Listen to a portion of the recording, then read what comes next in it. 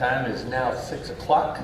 I call this meeting of the Godley Independent School District to order. Let the record show we have a quorum of board members present. The meeting's been duly called, and that the notice of this meeting's been posted in accordance with the Texas Open Meeting Act, Texas Government Code, Chapter 551. And Mr. Frazier, would you mind helping us with both the invocation and the pledges? Yes, sir.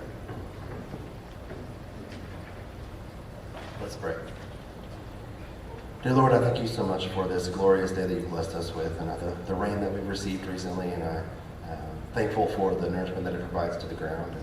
And we're ever mindful being affected by flooding when we ask for your peace and your blessings and your protection over those people as they restore and rebuild. And God, I'm thankful for these board members here that are willingly giving up their time to work, to diligently seek out your wisdom, to provide a plan for this district, and I ask that all of there for us, and it's in his holy and precious name that I pray. Amen. If you would please stand for the pledges. I pledge allegiance to the flag of the United States of America and to the republic for which it stands, one nation, under God, indivisible, with liberty and justice for all. Now for the Texas pledge. Honor the I pledge allegiance to thee, Texas, one state under God, one and indivisible. Thank you. You may be seated.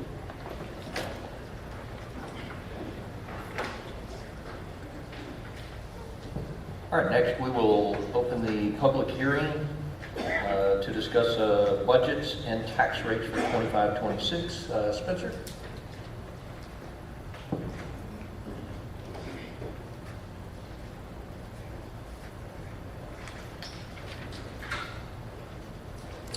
Good evening, board. Just wanted to bring to you just the final budget that we're going to be presenting and considering at the middle of this meeting. So if there's any other questions about any of the items that we've talked about at the past two budget workshops, feel free to ask them now as well.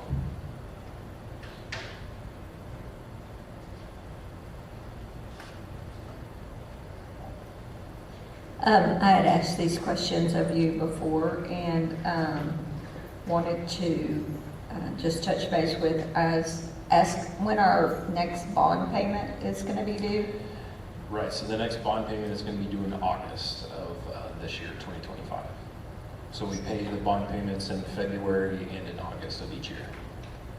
Twice a year? Twice a year. Can we change that to once a year, or that's not a thing? So it's in our bond payments that we make semi-annual payments, so twice a year. Okay, so when that falls outside of the scope of our current budget, how does that work? So in coordination with our auditors, what we've asked is to ensure that we're keeping track of our collections for our INS rate versus the payments. Their recommendation was that we accrue the August expense in the 24-25 school year, so that we have two payments in every single year, and for the foreseeable future, doing the same thing as well. That way there's two payments in any given fiscal year. And I know that kind of threw us off this year because we reduced to a 10-month Correct. budget plan, and next year we'll go back to 12. Correct. In this 10-month plan, we're still proposing that there's going to be the two payments. We're just accruing that August payment to happen later in the year. And you can confirm also that that's why we went from a 1.7 million-ish budget deficit to a 1.8 or maybe a little more budget surplus because of the timing and the 10 months versus 12? That's correct. Okay.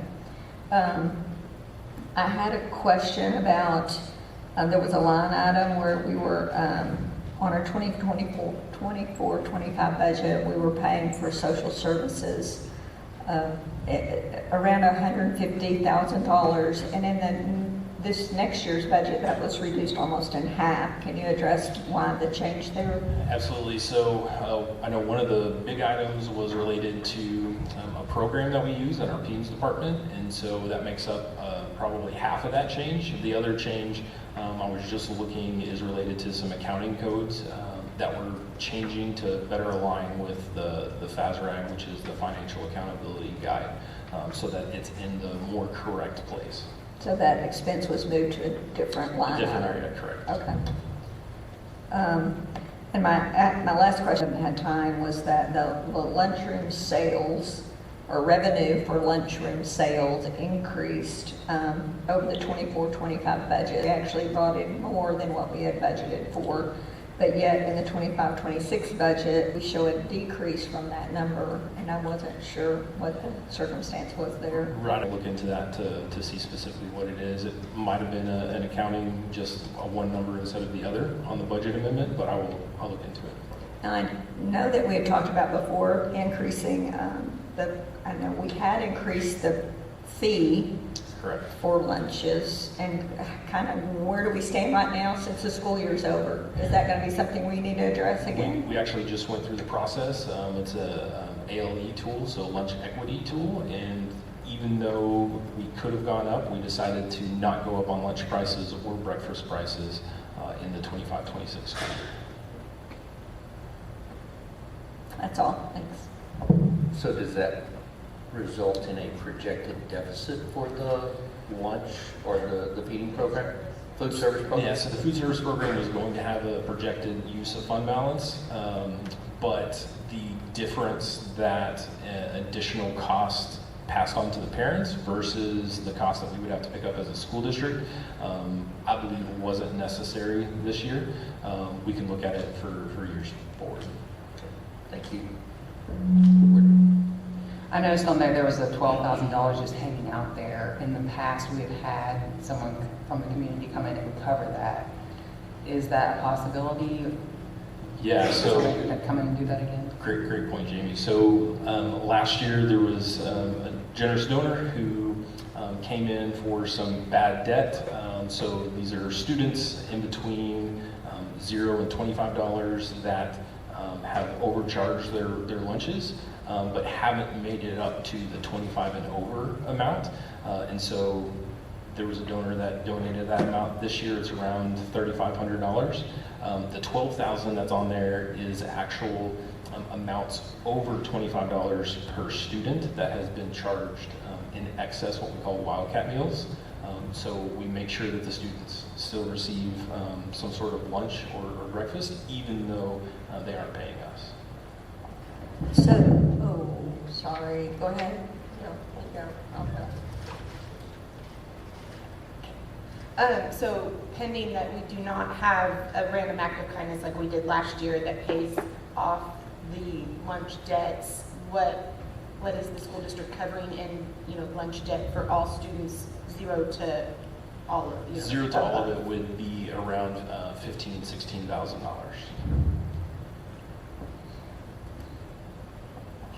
Is there, so when the new school year starts, did those students start at zero, or are they notified? I mean, what is the process there? So the exact process, I would have to ask our child nutrition director, but I would assume that what we do is we roll over the 0 to 25 for at least a year to see if we can collect on some of that. If parents are able to pay, say there was a specific circumstance they weren't able to pay, and then after that year we would essentially write it off as bad debt, similarly to what we did this year. Have we sent out any reminders to parents whose children are carrying some sort of lunch debt? I'm not advised on that, but I will check with our child nutrition At department. least one not going on back there. So we've done our due diligence to try to get people to pay that. Okay, all right, thank you. Are the reminders sent via Skyward message or Parent Square or a hard copy mail situation? Do we know how they go out? I do not specifically know, but I can find that answer out for you. Yes, and phone calls.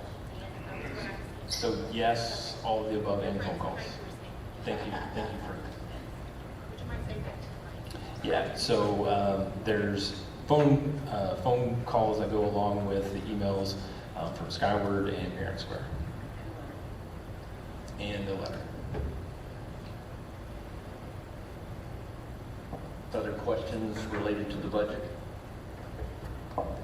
I have a comment that I had also made at the meeting last week.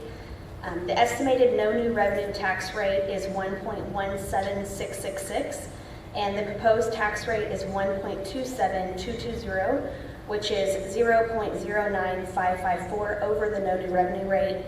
The maximum tax rate that our district can charge without a voter-approved election is 1.27220, which is this proposed tax rate.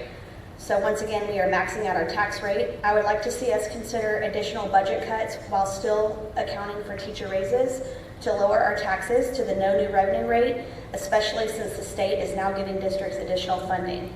Also, if you look at the document, the comparison of proposed rates with last year's rates, the proposed rate of 1.27220 equates to an increase in taxes of $370.67 for average home value of $355,377. Ms. Lane, where do you propose that we make those budget cuts? Have you gone through the budget and seen where we might be able to make those cuts, not touching teacher pay?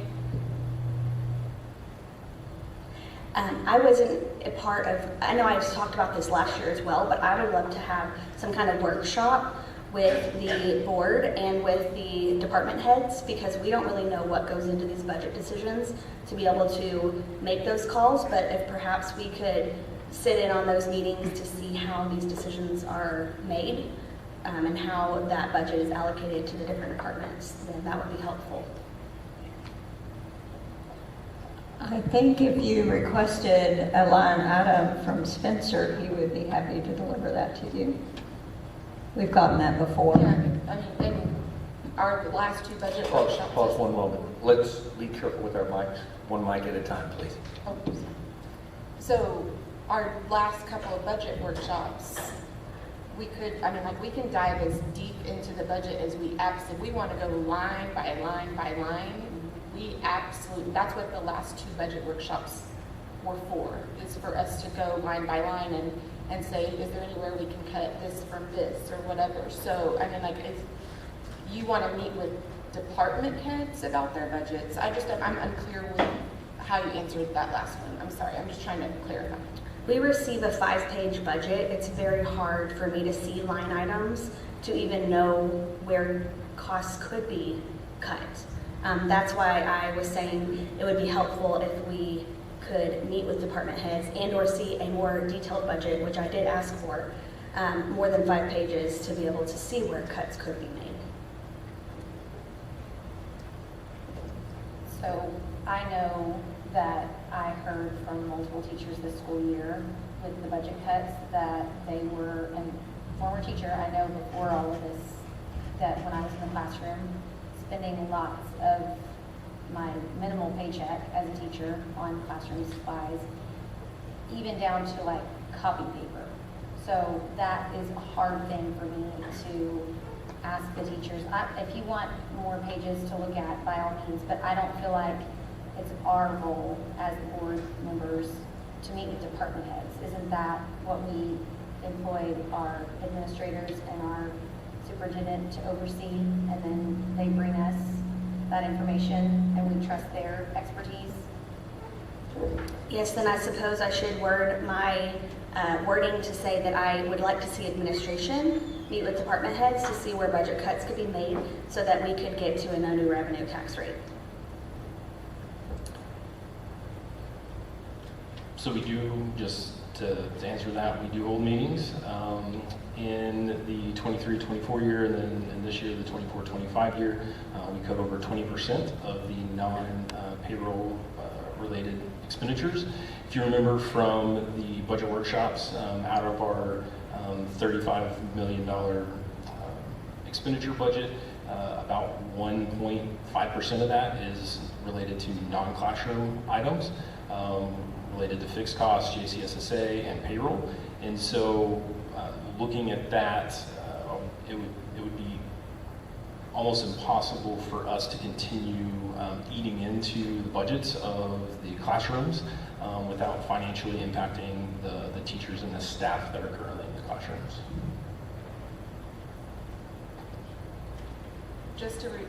I'm just going to restate what I think you just said. Our budget's as tight as it can get without doing something to either cut jobs or cut pay.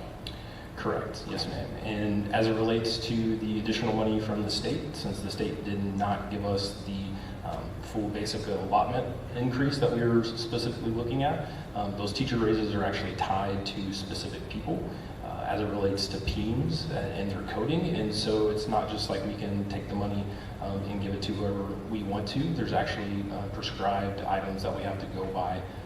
And coincidentally with that, the whole goal was to get the budget tight enough to where we would push any new money that we do get back into teachers. So if we lower the tax rate, then that means we're not going to be able to give those other staff outside of teachers who help the district run any sort of raise.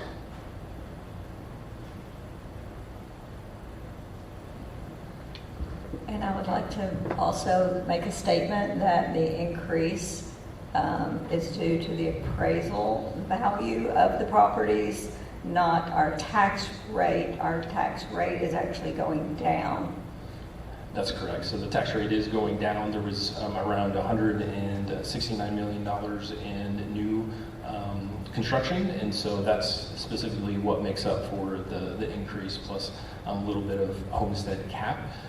Since our values are frozen, you're correct. Most people will not see any increase unless they have a homestead cap adjustment.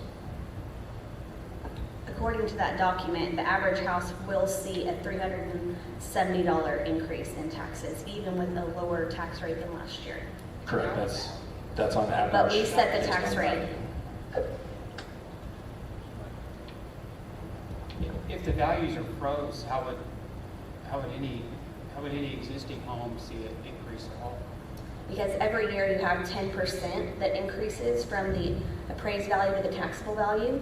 You can only increase homesteads 10% per year. So even though the appraised value is frozen, the taxable value can still increase 10% per year. If there's a homestead cap adjustment, there's a lot that do not have that.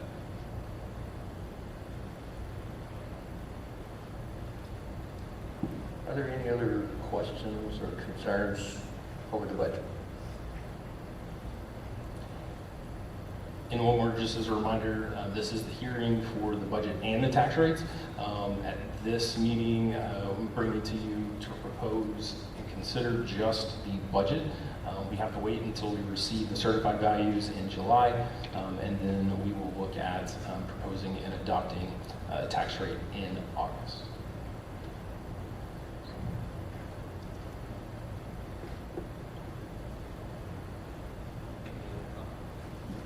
Any other comments, sir?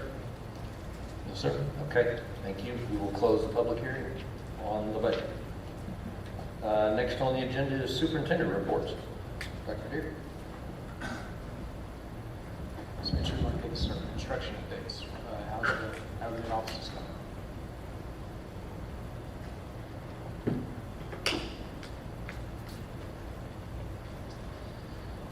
So I'll start first with the annex. The annex started a couple of weeks ago, and they're probably already halfway done.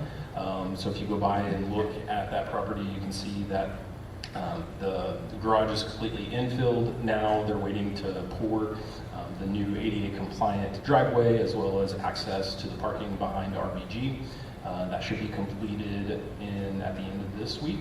And then there's still some items going on inside. They've already taken out some of the location difficulties with making it ADA accessible. That's being addressed, and so hopefully we should be able to finish up here in a couple of weeks. So the construction will be complete in time for us to move the people that are currently in classrooms at Legacy to the annex and open up, is it 2, 3, 4 classrooms? You're exactly right. So the Gallagher is our construction company that y'all awarded, and they have guaranteed us that we will be in by August 1st.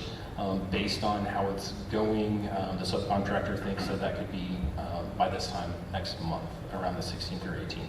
So what that would allow is for administration that's currently taking up classrooms at Legacy to move over into the annex There's about 9 employees that are going over there, which opens up 5 classrooms actually, because we're putting a wall in the old boardroom to make that in 2. So we're opening up 5 classrooms, adding about 100 capacity to the elementary school by making those changes. So is that in a time frame that's going to allow teachers enough time to move into those classrooms? They would have liked to have it done before they left, but yes, we're trying to get it done as soon as we can so that they can get in there. Thank you. And then so if you go by the stadium and look at the football field, you might notice there's some construction going on. They're currently working on some drainage issues, and so that item should be cleared up in the next couple of weeks as well, but just wanted to let you know, if you go by and see that some of the turf is pulled up, that's what's occurring. So where do we stand on warranty and punch list items, both in the arena and in the wild? So we're having lots of discussions with S&P and Huckabee right now. There's some differences on how many warranty items are left or how many punch items are left, but we're currently working through those items and are ensuring that we get those items taken care of. Off the top of my head, I don't remember how many warranty items were left. I do know I send more in each week, and so while they might be taking some off, there's also some items that are being added back on there that they need to address. Can we have a complete accounting of that in our next board meeting before we start school? Yes, sir. Thank you.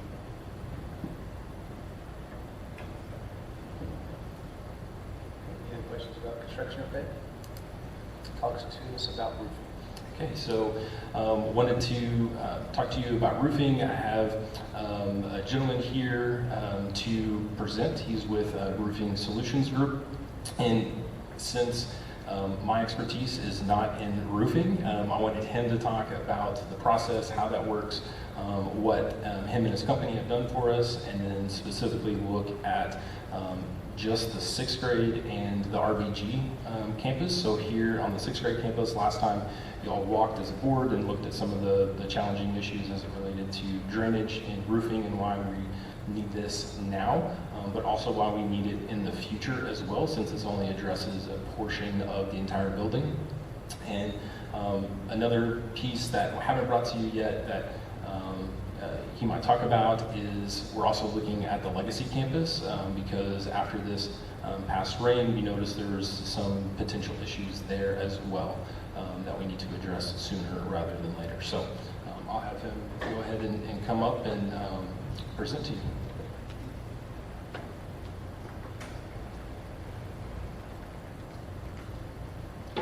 Good evening. My name is Zane Abbott. I'm with Roofing Solutions Group, as Spencer said.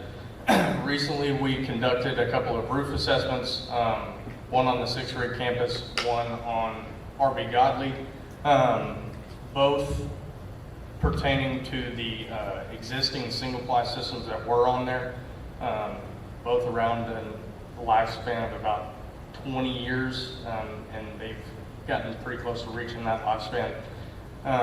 Both are beyond repair based on our recommendation. Roofing Solutions Group is a manufacturing rep firm. We sell single-ply roofing membrane. And one thing that we do with school districts, as we've done working with Spencer and Randy so far, is we'll go in, do a roof assessment, identify any needs, any deficiencies on the roof that are currently occurring. If there is a need for a full re-roof, we will go ahead and write the specifications as we have on each phase of each of these campuses. So in that specification, some major concerns that we saw when we got up there is one thing called wind uplift. So on the 6th grade campus where the gymnasium is, there's a very high wall. And when the wind hits that wall, the easiest way to think of it is like a can in the back of your truck when you're driving. It just circulates and circulates and it doesn't come down, but it sucks everything up, right? So the roofing membrane that is on there was mechanically fastened into the steel deck that is below. With that being done, there is an area in between the seams of those membrane that is not fastened to the deck or to the insulation below.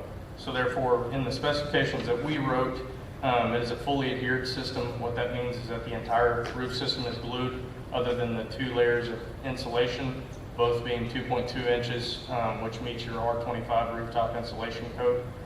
After that, a 1/2 inch DINS deck coverboard. It's a gypsum coverboard. For compressive strength, it's probably the highest compressive strength that we have, other than a very severe hail rating. However, that will also be fully adhered to the insulation, and then your 60 mil PVC membrane would be fully adhered to the DINS deck coverboard. The PVC has a fire retardant chemistry, so if your RTUs, your rooftop HVAC units, were to catch fire, it will self-extinguish due to the chemistry of the membrane. And then that system that we've proposed would give you all a 20-year, 72-mile-an-hour wind speed. Manufacturer's NDL warranty. NDL stands for no dollar limit.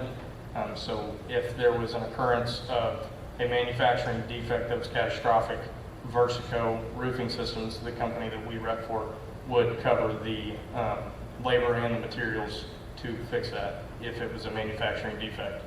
That being said, there's several concerns when I walk the roof based on my expertise, which can be taken with a grain of salt. However, there was a lot of maintenance that needs to be done on the exterior of those 2. So as you can see in that top right picture here, that ponding water, what it does is it displaces the gravel, which allows for the built-up asphalt on that system to be exposed to the sun. With black asphalt facing the sun, so it cracks and it gets broken down and allows for leak points. With the gravel built-up systems that y'all have on a lot of y'all's roofs, they're very good. However, they are good in redundancy, but when a leak point enters that system, there's several layers of asphalt that's installed. So when that leak hits here, it may not come through the school 100 yards away or in this direction. So chasing the leaks for y'all's maintenance team is a very hard thing to do, which as I have seen in a couple of these classrooms, those leak points, even on those roofs that I identified, were 20 to 30 feet away from where the actual water was coming into the roof. So long-term maintenance is one thing that we preach on a lot at our rep firm. It is a long-term saver. I kind of explain it as, if you don't put oil in your car, your engine's going to fail. If you don't maintain your roof's going to fail much faster than it does when you use preventative maintenance by doing biannual inspections with a roofing contractor, to which they can come up and inspect your roof, see if there's any punctures, anything that they see wrong, and fix those to prevent the occurrence of the leaks and the catastrophic damage that has been seen in a couple of separate scenarios going on right now. And then pertaining to, there is an alternate bid. The alternate bid was basically just put in as a budgetary item. The alternate bid is not fully adhered, which means it does not have the same wind uplift ratings. Not to say that it's not a good system. However, with this being a school, you have a lot of liability with what the roof protects below. Therefore, we proposed the fully adhered system just because we do see a longer lasting and a better benefit in the fully adhered system. So, I'll field any questions at this time. So you mentioned that the recommended path forward is partial fix on both roofs here at 6 and at RB. How is at some future date, with the difference in technology and implementation, how then do you account for that without tearing up what you're going to put in now? So the good thing, The second part is, what is the warranty that you do provide for installation? as far as installation, the contractors provide a workmanship warranty. Some contractors in the bid have provided a full maintenance program included in their warranty. Those will be, I'll leave those to y'all to decipher through the bids. But pertaining to the actual warranty, when you go on both of these sections that were being proposed to be replaced, they are tied in with the existing building, so they have a curb or what we call a parapet wall. So what they do is they go up and over that with a membrane and then install a coping to where when the next portion of the roof needs to be replaced, they can do the same and then tie it back in. And then with the warranty, one thing that I forgot to touch on, so with this being the first phase, a portion of this roof, when they go to issue the warranty, they'll send an inspector out here upon completion. He'll inspect the entire roof, make sure that it's installed correctly, to give the manufacturer's warranty to the client, being the school. However, with it not being a full roof, your start date on that warranty will be upon the date of completion when the inspection goes through. And then you just simply will do a phase 2 of the roof when we install the second phase, and then your warranty will go there. But we would more than likely go with the same system on the second phases as well. Therefore, you won't have any separation of warranty terms or anything like that.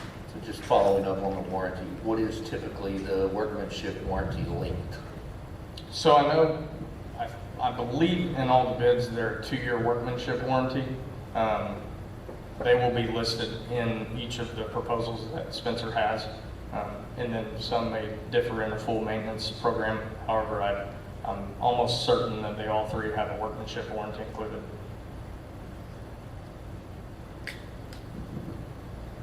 So you have evaluated the roof here at the 6th grade campus, at RBG, Yes, ma'am.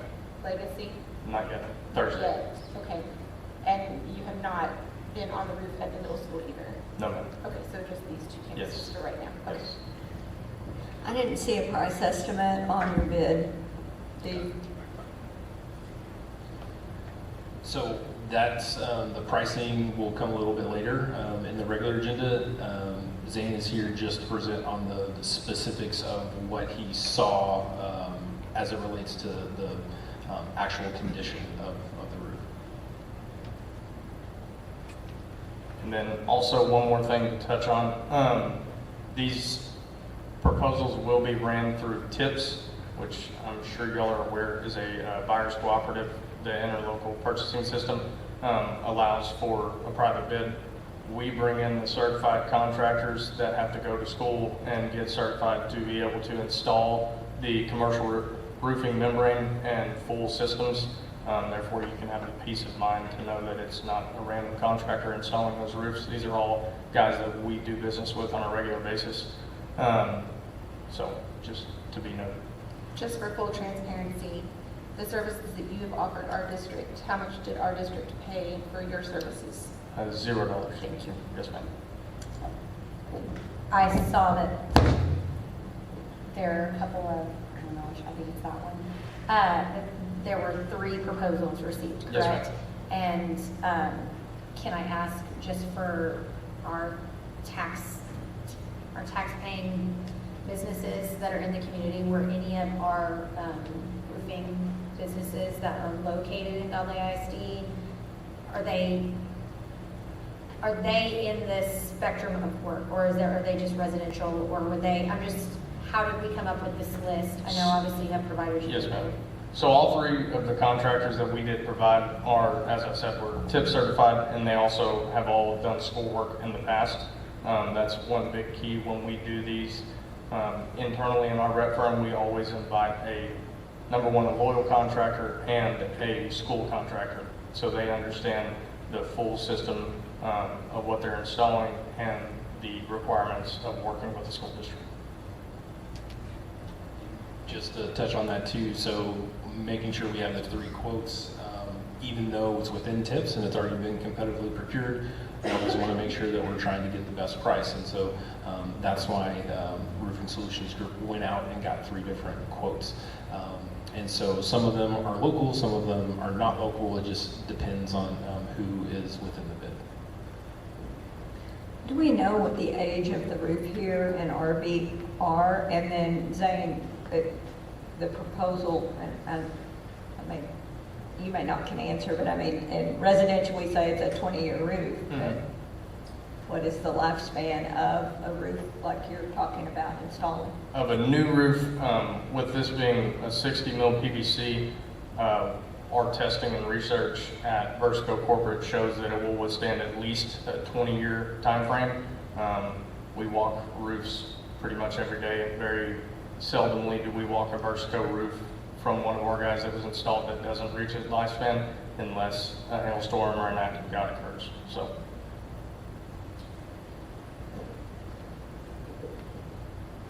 You asked about the age of the roofs. They've been here. Please come to the mic. You asked about the age of the roofs. I've been here 23 years almost, and they were probably 5, 6, 7 years old when I came here. So they're going on 30 years.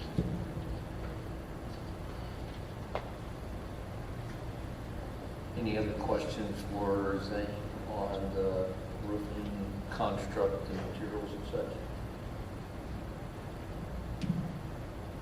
Okay, thank you. Thank you. Okay, thank you, Mr. Abbott. All right, legislative cell phone update. Is that you, Mr. Flood? His eyes just got big.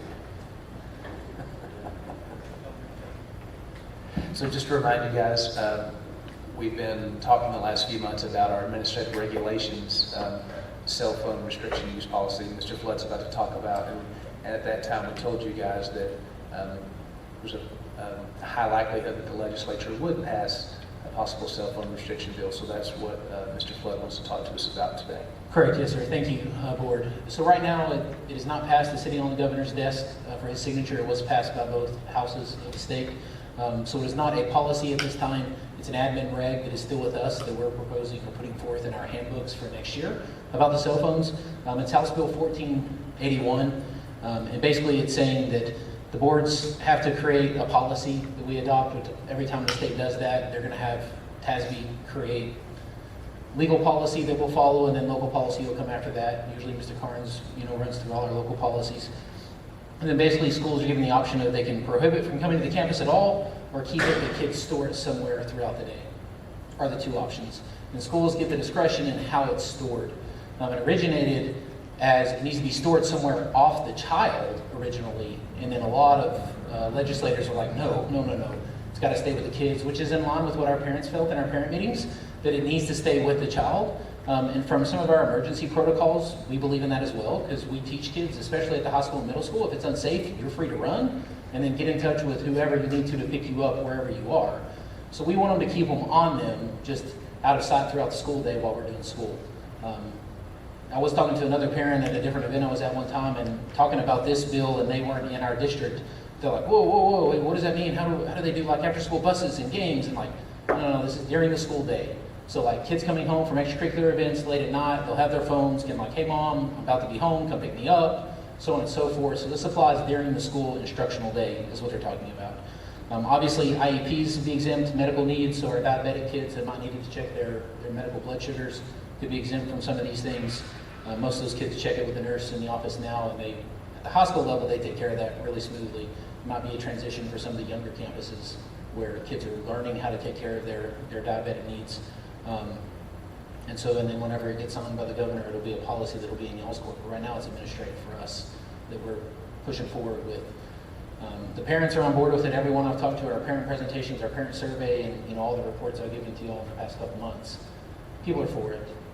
And it's the right time to make the classroom back to just working on this and not the cell phones. So I just want to commend Mr. Flood and Mr. Carnes' administration because we are ahead of the game. Because usually these bills say that the school district and the board needs to develop a policy. Well, we've already got the administrative regs, so we're ready to go. This is information only because it technically is not a bill yet, but I'm probably assuming the governor, Jeff, unless you heard anything, I haven't heard or seen anything that the governor wouldn't sign it, so this will probably be ready for action at the next board meeting, I'm assuming. Strange things sometimes happen, and sometimes the governor doesn't sign every bill that the legislature sends him, so we don't know that for sure, but it's likely that he would. It passed both houses with 2/3 majority, so it would take effect immediately if he signs it. So, and I think the deadline for him to sign bills is coming up by the end of the month. Mr. Flex, I'm sorry, I just want to, since we did release all this information, there have been a few questions that have come to me. How many parent meetings did we have? We had 3. And how many survey opportunities did parents have besides at each meeting? We did the 3 at each meeting, and then we posted a video presentation online, and parents could fill out the form online after that if they couldn't make it to the meetings. And we did 2 like 6 o'clock meetings and 1 at 7 a little later in the evening in case people had trouble getting off of work. So we did 3, and then the online presentation was posted for a few weeks anyway, so parents could And apply. I was at all 3 meetings, and I just wanted to let you guys know that they were run very well. We did have great feedback from the parents that did come. As always, we wish we had more parents that would show up and give their feedback, but the ones that were there, most of them, I can speak to that, most of their concerns lied with the students still having full access to their phone in an emergency. It was on their person. It was not going to be locked in a little bag around something or put in a locker somewhere. And then we had some parents that were questioning why they couldn't have it at lunch. Do you want to speak to why you decided not to allow the students to have access to the phone during passing periods and lunch? Yes, ma'am. Most of it relates around to the mental health and the social side of students. And most of the research that you find out there talks about the social isolation that the phone creates. Whereas when the phone is just put away, they interact with each other, and they're forced to talk to each other, and they can't just be recluse and get on their device. The concerns that were brought up about needing to interact with their child at lunch or call their parents, we recognize. We have phones in every classroom. We have phones, in the office that if a child needs to go at lunch, we have Miss Watts' office, the financial business office, that her door is up to do business office, but they could use her phone. We have several phones they could use during lunch to let kids contact their parents, and we also have email contact. So there are other ways, but we really want to promote that. Like socially, look around and see who's here. We have a lot of new kids on our campus. And sometimes we don't go out of our way to meet these new kids because we just get on our device and get comfortable with who we are. That our cafeteria, I don't know, I think Dr. Deere started it a long time ago, but our cafeteria moves the furniture around frequently, which every day that happens is just like anxiety for about 5 minutes while everybody figures out how to sit in the same spot but with not the same number of chairs. But it's cool because it pushes them to look around and see who's sitting there. And I can tell you stories. We have 2 freshman girls. They sat by another young lady that most people would never peg, but they knew she needed a friend. So they sat by her every day. And it's just so cool to watch them talk and interact. And we just want to be aware of that mental health drain kids are going through on their devices. And so we just felt in the school, Adeline Wiley that I talked to, that she went to that principal, she just reported so many positives from just getting rid of them. The other side of the coin is it kind of opens a little weak spot in the armor, if you will, that if you open them at lunch and then the next period you go back to it, man, when kids get back on it, it's like they get back to that addicted state and they're like, I don't want to put it up. And we just let it go completely. We avoid that possible confrontation point during the period after lunch. So. And another point is that the legislation doesn't give you discretion. It says the school day. So passing periods and lunch would not be consistent with the bill if the governor signs it into law. And how soon can we expect it to be brought back to the board for a vote once the governor signs the bill into law? I don't know. I mean, generally, if it's a policy, Mr. Carnes reviews it. Mr. Carnes presents the policies, and that's up to Dr. Deere when we roll this. I believe I just said it'll probably be next month because what Mr. Benner said, he'll probably sign all those bills here pretty soon. So it would probably be, if we got the direction from the commissioner or TEA or whatever, it could be as early as next month. The bill does require TEA to develop model policy language and post it on their website. But TASB also always makes their own recommendation, and so we don't exactly know how long that will take. Since it's a relatively short bill, probably not long, but most of it will probably be included in legal policy, and spell out what's required in the bill, which the board doesn't really have any say in legal policy because that's either law or court case law from the courts. So if there's any local policy stuff, it's going to be about designating the method that you keep the cell phones out during the school day. So, there's 2 options. One is strictly prohibit cell phones from being on school property, or designate a method for the storage of a student's personal communication device while the student is on school property during the school day. So that's about the discretion that the board has. However long TA and TASB take to develop their model policy, as soon as that's done, then we can bring it back to the board. So Mr. Flood, let's talk accountability. Sir. So accountability's got to be a key component here. We can have the most beautiful policy in the world, if there's not accountability, then that policy is really for naught. Sure. So talk to me how we anticipate holding that accountability along with many other administrative regs in our handbooks. Yes, sir. Yeah, it's one of those things, you know, we've wrestled a long time for fostering that independence they need by the time they're 18 versus balancing what's right for the child. So on the cell phones, we have already talked to the staff about this. The staff has already done their survey. In the last, at the end of April, we had our professional development day. I talked with the high school staff about this. And you know, 95% of the staff are on board with it. In our end of year survey, we had a couple that raised questions about it. And you know, the bottom line is it's going to be part of our walkthroughs from our administrative team, you know, from the APs to me. And I've already told them, like, guys, we're going to walk in and we're going to take them up. And it's going to be embarrassing, so don't make it that way. That we're going to take them, we're going to put them in the office, and it's just the way it's going to have to be. Now, they got a little nervous because they misunderstood what I was saying. They're like, wait, the kid's on the phone in the back? Like, we're going to get in trouble? I was like, no. If the kid is skirting the rules, we'll deal with that, and we'll still take it. But, you know, we'll talk to you about, hey, make sure you're monitoring your class and you see it. We're talking about you can't actively just let them be on it just because you want to, because that's the easy route anymore. I really think it's going to be good for our teachers as well, because we have gotten comfortable with, it's easy to just get on your phone and you're managed. You're not going to cause a problem, but it's made it easy on us that we need to get out of that so that we're forced to keep them engaged for the full length of time. So it's one of those things that it's part of our walkthroughs. You know, I've got 2 new APs that are on board with it and excited about it, and a young one last year that understands what he saw. So we're ready to go with it. I told the teachers it's just like the door policy, you know, that we enforced a few years ago when we went to the locked doors, that it's going to be pretty strict from the get-go, so just take care of it. And the door policy has worked since, you know, so it's just the way it's going to be. So, Ms. Nguyen, I think you're back there. Do you care to talk to the accountability at the middle school? Because we know all middle schoolers have phones as well.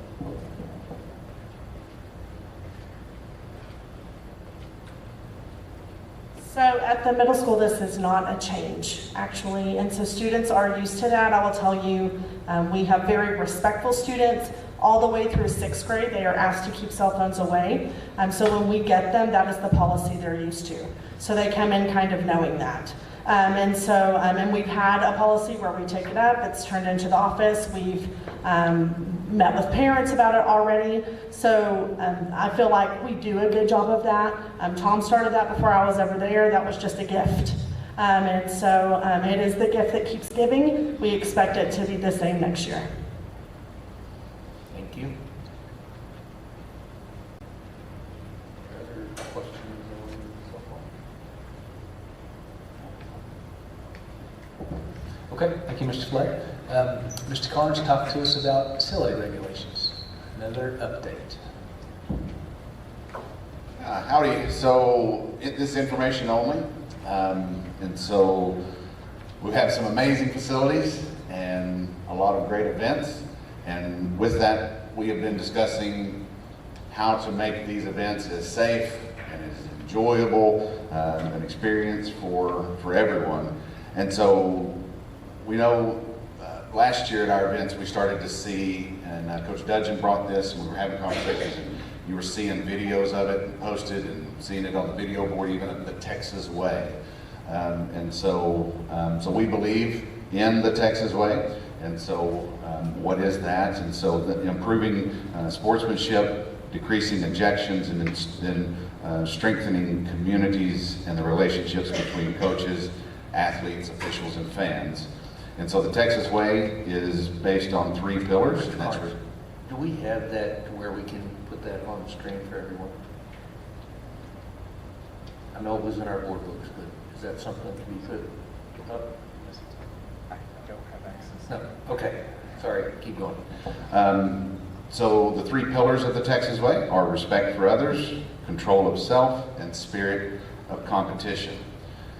So we want to continue with the Texas Way moving forward, but there are a couple of changes that we're proposing for 25-26 school year. And so I know seeing a lot of y'all at events, I can think of numerous ones where we've gone to that things are a little bit different in that there's clear bag policies, and no in and out, or no outside food or drink, and some of those things.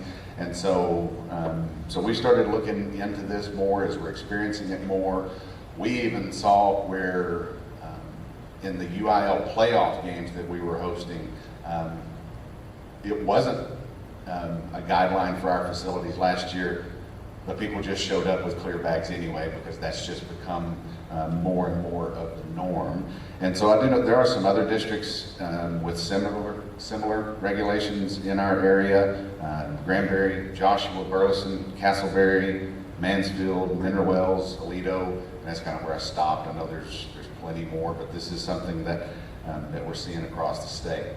And then additionally, a lot of this is not necessarily new in that fan expectations and consequences if a spectator or somebody got unruly or exhibiting inappropriate behavior at some of our events. And so now though, we just have some of this in writing.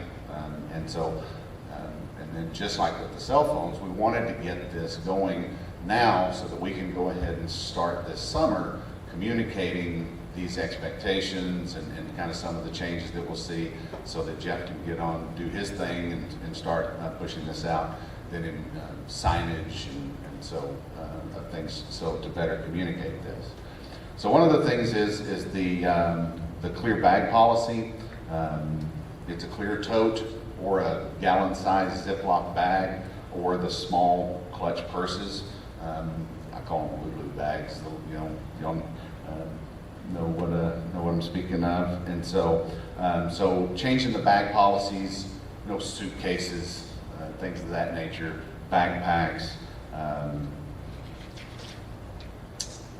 coolers, and see some of these things like alcohol, animals, drones, vapes, fireworks, firearms, some of those things, that's not new, but we do have it written down here as prohibited items.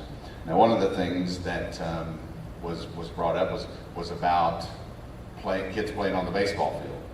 We're still going to have that, but one of the things that's listed on here is not bringing basically toys, or I should say toys, but balls, soccer balls, footballs, baseball, softball, because those things then wind up all over everywhere and being tossed about. And so we are going to provide those. So the kiddie corral, if you will, or the baseball field where we've had students, a location for them to play safely with their friends, we will provide balls and activities for them during football games specifically. And so I just want to be clear about that we'll have that available for them. Prohibited actions are specifically listed: abusive language, fighting, intoxication, trespassing. Those things are listed there. And then with that comes what happens if, right? So then these things are now spelled out here. And so a first offense typically is a warning, and the behaviors, the behaviors that I just mentioned, language, fighting, those are listed, but then additionally, the UIL has a set of behavior expectations for spectators, and that is in here, and it's linked, and so that people can go to that. It's nothing that you wouldn't expect. I mean, it's, hey, be nice. It's really kind of the Texas way. Show respect, good sportsmanship, good character, those kinds of things, so that we can make our events as enjoyable for everyone as they can be. So originally it said, and what I gave to you was, it read inappropriate behavior. And so to kind of clarify that a little bit more, we put any person violating prohibited actions or behavior expectations of spectators that's given to us by the UIL. So then also of note is that game officials are not required to give a warning. They can eject somebody right off. And so we don't want to have to do that, but that is something that is possible. And then second offense, you know, if you know, you've given a warning and we tried to work through it so that you know you can stay and enjoy the game, be part of it, then that could result in removal from the facility, and then including ejections initiated by game officials. And then, but that also, if you're removed, that also then requires a meeting with GISD administration to work through some of that and try to make, again, with the intent of making our events as enjoyable and safe for everyone as possible. Now, if we get to a third offense, and obviously we're going to be tracking this information, so keeping track of any offenses or any ejections, those types of things. And then if there's a third offense by someone, that can include a 30-day suspension. And then if there's a fourth offense, that could include a calendar year suspension. Now there are things too where you don't pass go and you don't collect $200 that wouldn't be a warning. Serious offenses, unlawful fighting, assault. You know, we see where gyms have had to be cleared, and you know, for teams to be able to finish their games, and or officials being assaulted in a parking lot after a game. I mean, you know, we've heard these unfortunate stories.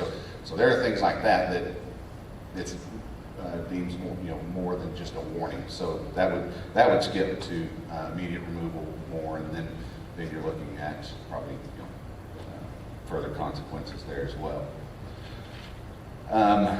So let's see.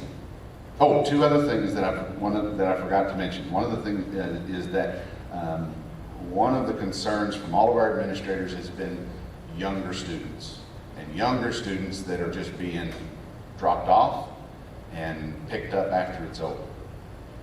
Well, these students, just the way the facilities are lined out and everything, that we're having a lot of issues, I would say, with them running around, mischief, causing problems.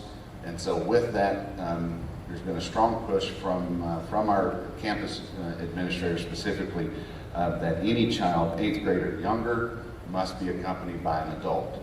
Now that doesn't necessarily mean a parent, it just means an adult that is responsible for that child. Because we have had in the event, that's what I was just telling Officer Quinteros, that we've had somebody get hurt before, and there was nobody there. And then we're scrambling and the kid's upset, and you're trying to get on Skyward and contact somebody to come up there. That way, there's an adult present that you can say, okay, this is your person, and then communication can go through them. Sometimes it's misbehavior. Somebody that is accountable for that child. And then lastly, high school students attending GISD events using their athletic pass for free admission must present their student ID at the gate. So there you go. That's a lot. I know I've peppered you with a lot of things here, just again with the intent. Our objective is to maintain a safe environment, an enjoyable environment for all of our fans, all of our spectators, and also for our administrators as well as they try to manage these events. And we were also trying to be very cognizant of, we still want to hold on to that small town culture feel. We want families and kids there, but at the same time, we don't want to be babysitters. And there's another question someone asked, would these facility regulations also follow some, if someone was renting the facilities?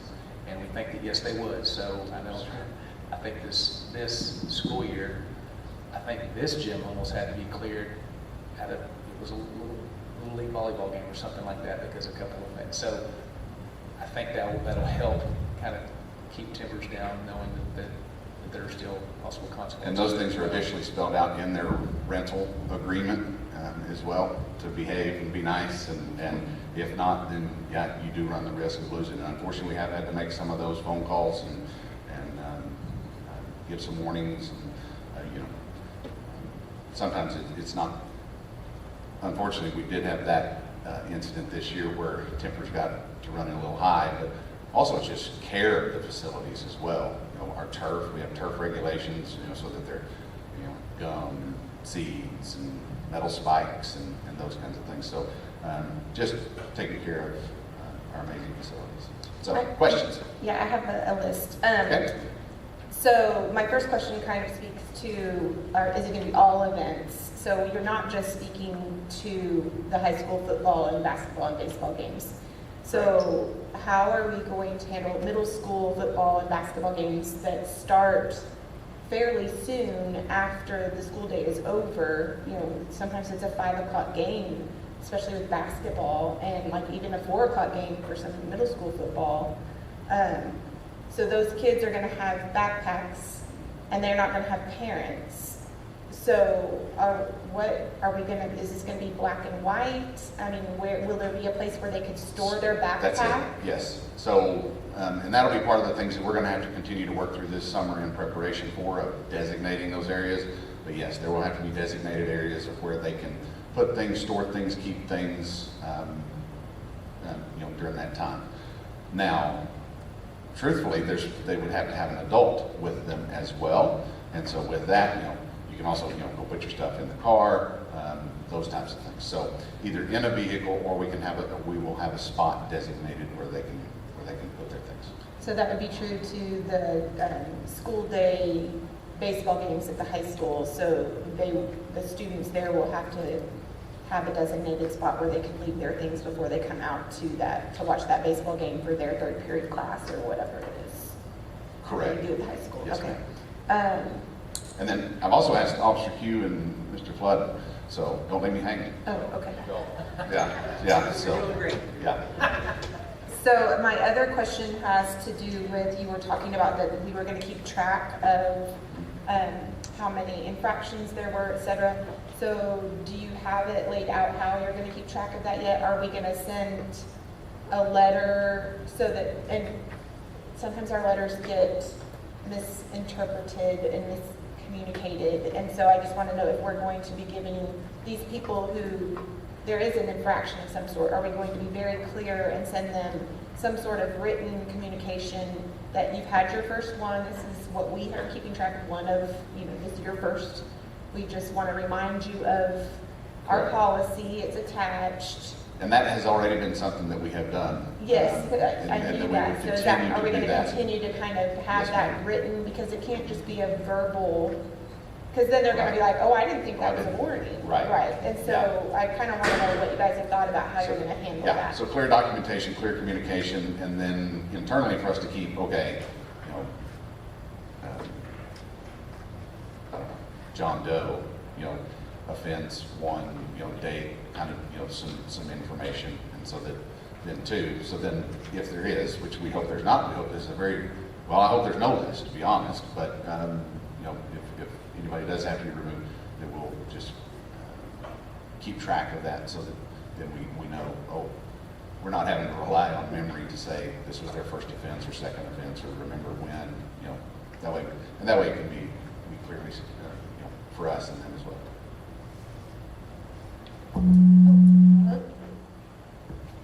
So this proposal is only for extracurricular events, it's not for the school day?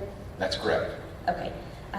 So clear bags are a violation of privacy and have been challenged in cases such as Doe versus Little Rock School District, with the outcome being that random suspicionless searches of personal belongings are a violation of the Fourth Amendment.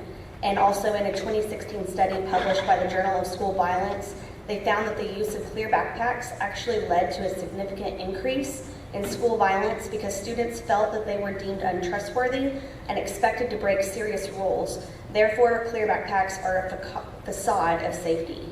And then, Okay, I think for clarification on this, I think it's not backpacks, just as you continue. I think it's just going into the games. Like, I don't think it's... Correct. It's not for school students' backpacks, This is right? Okay. clear bags, yes, still random suspicionless searches of personal belongings are a violation of the Fourth Amendment and have been upheld in cases such as Doe versus Little Rock. And then for the no outside food or drink, are students not allowed to bring water bottles? Correct. No outside food or drink. with that too, we've also been talking with the Booster Club, increase concession at all of our events. And then additionally too, of note that'll be coming is that in the past we have not had to charge a gate at baseball, softball, and just to let you know, those things, soccer, those things will be coming. But because in addition to that, the cost of everything has gone up. So I know officials, Coach Dudgeon was talking to us about that recently. Officiating expenses have gone through the roof, and we have just been covering that. So then we would have gates at all of our events now. I'm just going to speak to, I still have an athlete in our schools, and almost every basketball, volleyball, soccer, football game that I've been to in the last several years at various country campuses, in district, out of district, have had that you can't bring in your own water bottle, you can't bring in a cup, you can't bring in, my 75-year-old mother was not allowed to bring in her little small purse. She had to take it back to the car so many times we just started reminding her, don't forget to leave your purse in the car. The clear bags are everywhere we go. My college-age students at Texas A&M University and the University of Alabama, they cannot take anything other than a small bag, and it's actually restricted in size there. Dallas Cowboys, same thing. I mean, this is not, we're not reinventing the wheel here. So, and as far as water, usually, do we have a water fountain at every? Water fountains, yes. So I was trying to think to at the Wild, there's a water fountain available to anyone and everyone who needs a drink of water. Correct. Okay. Correct. Water fountains, concessions, yes, that'll be. Well, and to just reiterate, these are extracurricular activities. Extracurricular. So no one's forced to be there. If you don't like having to abide by the policy, you have the option of not attending. So therefore, nobody's kicking in your door violating any rights. If you chose to go somewhere, then you're going to abide by the rules of wherever you go. Yes, sir. Okay, just make sure I understand. Yes, sir. So, Mr. Carnes, I'm probably going to sound like the old ogre here. Okay. But I'm very big on godly culture. Yes, sir. This does make us look and operate virtually like everybody else. Seems to me that it kind of goes against the godly culture that we have. So, again, I'm probably going to be on an island. I'm not advocating being unsafe. I think everybody should know that. But it just does still feel like it makes us look and operate like everybody else. So that's probably where Officer Q probably comes in, because that's what really initiated a lot of this stuff, was more the safety aspect. And we agree too. We like to be unique. We want to be godly. But Q, go ahead and talk to us a little bit. So yeah, definitely. With respect to the clear bag policy, there's some solid benefits, I think, that outweigh any of the negatives. You know, the enhanced security reduces the risk of any prohibited items being brought inside.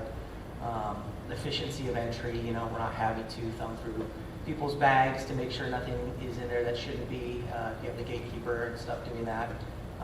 Reduces, you know, any extensive bag searches if you just see that there's, you know, only personal items inside there. There's no weapons or anything that they shouldn't have. It allows for quicker entry. Also, something that people don't think about is it's kind of a theft deterrent. You know, it's pretty common that our students will come to a staff member or myself saying, hey, somebody took my cell phone, somebody took my AirPods. Granted, this helps, you know, they don't have a bag that they can hide something like that in, so it's a little bit of a deterrent. And just safety in general for our first responders, and as well as staff members that can help identify an individual's needs in a medical emergency or something as such. As for, you know, the middle schoolers and requiring an adult, you know, middle school and younger can tend to be a little bit rambunctious, and with our sporting events, it kind of ends up being kind of a free-for-all for them. And so it can be very challenging for the staff members at non-varsity football games, because there's really only an admin and an officer there, and it's not always me. Sometimes I'll hire out somebody who's not familiar with these kids. But even at varsity football games, when we have all hands on deck, not everybody's familiar with who all the middle school students are. And so one with the ID requirement, that helps us to identify our students versus other students. And then, promotes accountability. They know what the expectation is and the level and the standard that they're being held to for behavior. And they're not only accountable to the staff, but to a responsible adult who's there helping to keep tabs on them. Let's see here. I think that about touches on a lot of my reasons. So when we say accompanied by an adult, it is accompanied entrance into the facility, correct? Not Right. that they're going to have to sit with them in the stands. Okay. Because there are other facilities around, correct me if I'm wrong, that have a no-play policy. So, I don't want to get there, but at the same time, I get it. I know at the end of the day, on Friday, teachers are over there watching kids and running amok, and a little bit of. Yeah, I think it's a nice soft way to enter into as we grow, because there's no denying that the area is growing, and a lot of people from outside the area that are already used to a lot of these policies and procedures are coming to the area, and so it's not new for them. So Craig, I hear you. Our boys graduated together in 2020, and that was your youngest, and their class size was around 120. So our class sizes are now upwards of 250. Our graduating class this next year with links will probably be around 250-ish. That's a round number, don't quote me on that. So they're in the middle school alone, we're going to have double the number of students than when our kids were in middle school. So I can see how some of these restrictions almost have to be put in place for the safety of the kids and we can't ask our staff to be holding after school, daycare. I would like to keep that small community feel and have it still be old Godley. So maybe we can bend over backwards to make sure everybody knows that they're welcome and that we want them at the games, and make it to where how these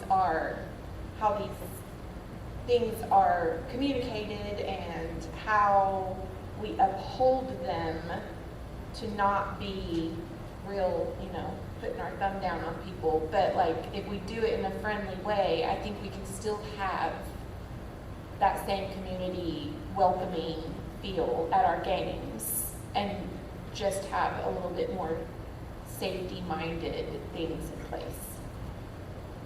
That's my thought to what you said. And you're not on an island, I'm told you. It feels like we're one step away from metal detectors. And that to me is maybe that's the extremity, but it does feel like we're one step from being there, which is, again, like many areas where it is required. But that is not where we are in Godley. That's not what our environment is today. That's not what our culture is. That's not what we profess and drive our culture to be. It's about it's personal accountability. So, again, I understand, Dallas Cowboys have to have clear policy. We're not anywhere close to that. So your problem's with the clear back policy? That's a part of it, but also I see concern with the middle schoolers. I get that there are a few that want to run amok, but I also know that our kids have lots of fun up and down pick the game. I don't care what it was. And being able to go right over on the side and play football was part of the experience. And if we take that away, thank you, Mr. Carnes, for saying you're going to provide, balls for the kids to play with. That's just part of the Godley culture. So I'm very concerned that I won't say we can't implement in a way that we can still keep it, but we've got to keep our culture, otherwise we're not the same Godley we've always been. Yes, because we do still want our kids to be with other to be able to run and play. We just want parents to, so we can maybe communicate that in a way that we want more community. If I could add one thing about the middle school kids specifically, the problem we're encountering is not the ones that come with parents that run and play. Those are fine.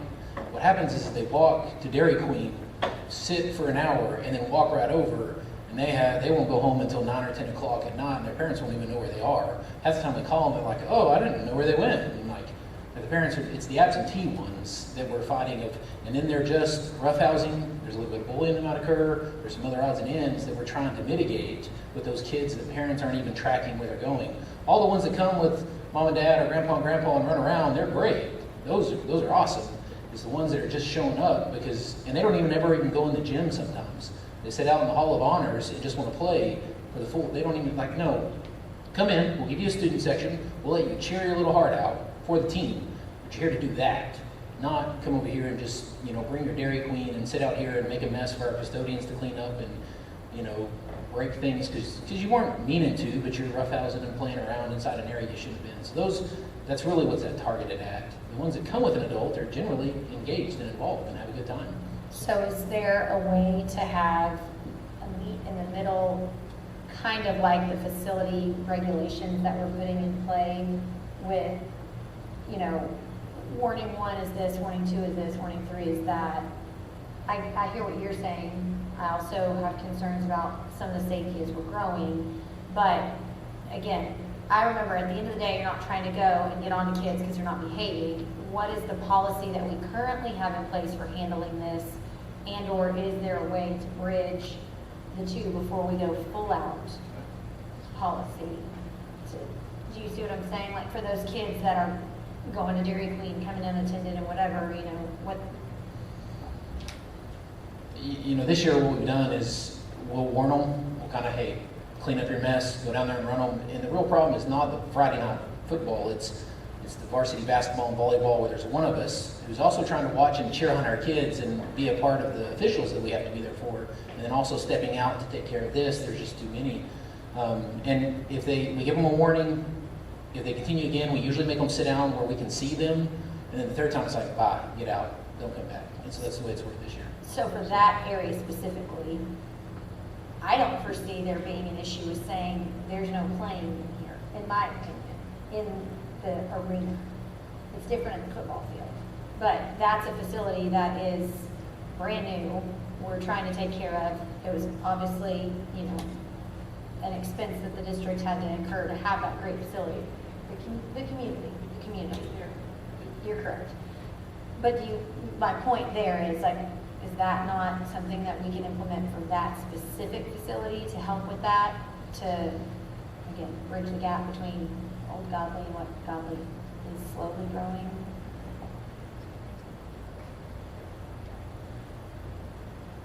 This is first discussion.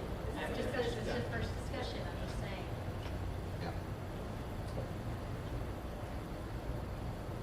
I'm not sure.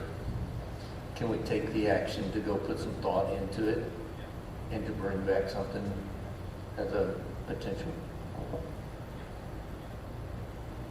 And I would, And I was about to say.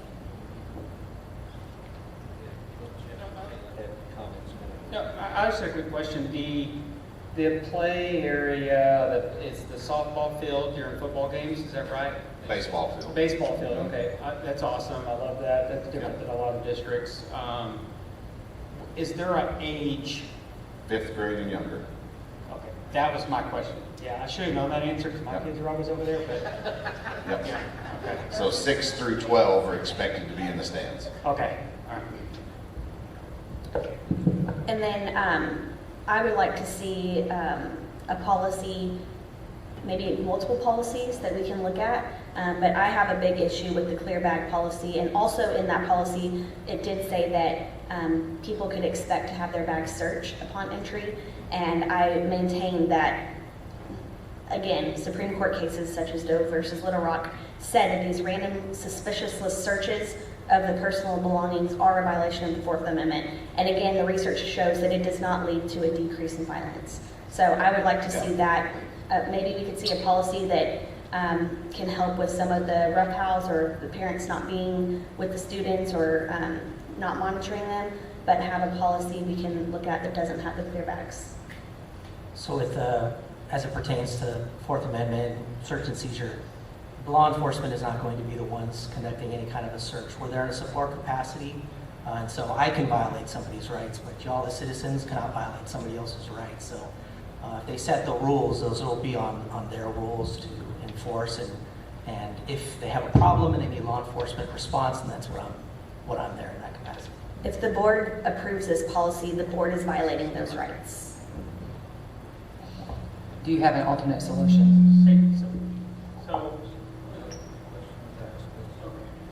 Do you have any alternate solutions, Ms. Lane?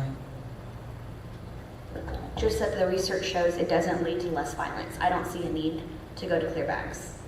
Was there any research confirming that they are effective? Not that I saw. What if we went to a no bag policy instead of the clear bag policy? I mean, there have been several places where we've been that they just, you cannot bring in a bag. So would you be more likely to support a no bag policy over a clear bag policy? I'd have to do research on that. I just specifically was looking for rights regarding the clear bags and the seizures and searches. I'd have to look at rights of not allowing personal belongings. I'm not sure. So just to clarify, I just looked up this Doe versus Little Rock. It was brought up a couple times. That was a policy that was implemented during school on school property, like classrooms and so forth. That was not specific to sporting events and UIL events. Just it was in 1999 and 2000 when that happened. All right. And for clarification too, this is not a board policy that we're showing to y'all as well. So, Ms. Mabry, may I ask clarification again on your question or what you were saying? And/or I can also send you, like I've done in the past with like a policy update, which I have one here in a little bit. If you want to send it to me, if it might be easier to put it, put it in writing, and then I can respond or know how to respond.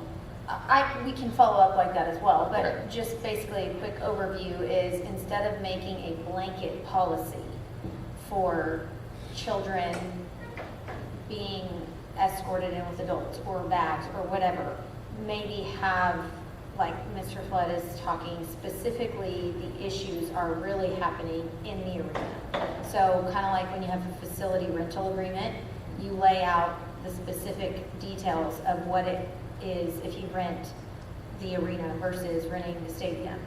So in that agreement or in our policy, whatever, we might have these areas where it's like when you're attending something that's happening at the arena, this area is off limits, or you know what I'm saying? Because from what I'm hearing, that's more of where the disruption to the facility itself is happening as far as like the trash being left and the whatever. So I was just trying to bridge the gap between what Mr. Stevenson is saying, where he wants that godly feel without, and again, kind of the same thing with the clear bag policy too. Like, I mean, I feel like if I go somewhere and that's a policy that's in place and I'm choosing to go to that event, then I'm choosing to follow that rule, if that's what we choose to put in place. But I will tell you, when I saw it in board book, I was kind of like, oh, okay. I was a little bit shocked to see it and hear it.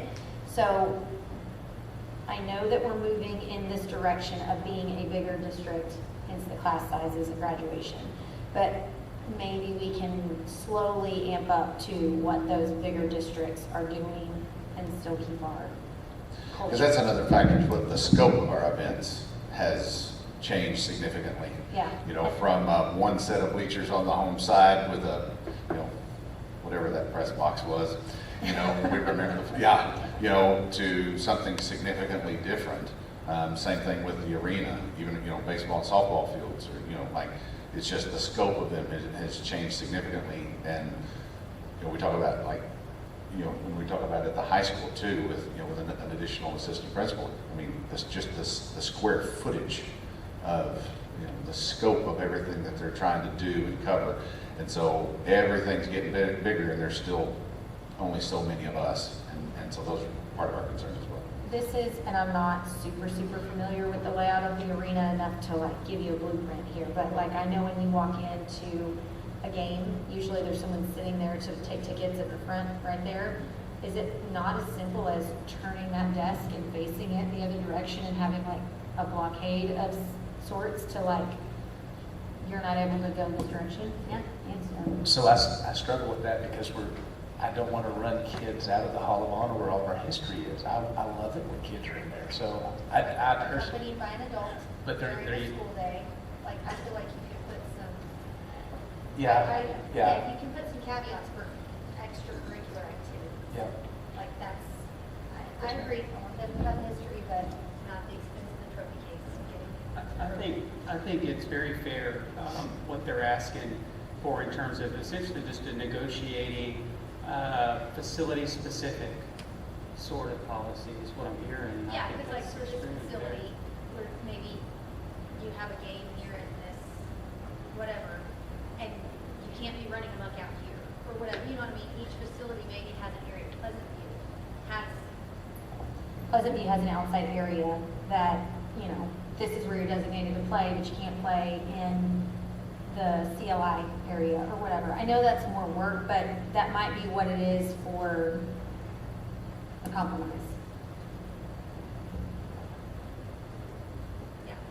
Yeah. I would be Thank you, interested, Mr. Carnes. I would be interested in hearing next time after the meeting, whenever, a difference between a no bag, a small bag, and a clear bag policy, if you guys have looked at different districts that have those. I know I've been on all three of them. We have not considered no bag. Okay. Or small but- bag.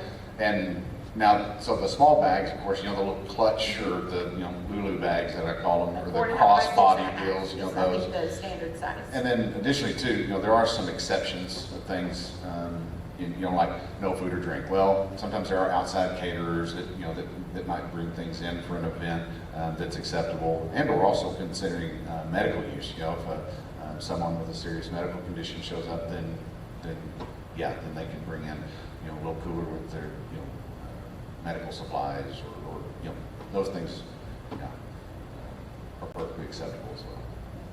So I think we've spent a significant amount of time on this topic. Thank you, all three of y'all, for hearing all the different perspectives from everyone.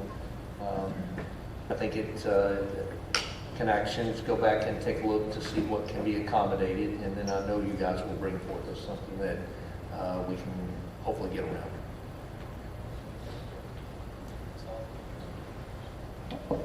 Okay, we are going to move on. I don't believe I have anyone signed up for public participation, so next we will move to business items considering the consent agenda. I make a motion to approve the consent agenda as presented and recommended. I'll second. I have a motion by Krista and a second by Simone. Any further discussion? All those in favor? Motion passes unanimously. And next, we will consider the approval of the Godley ISD budget for 25-26. Spencer?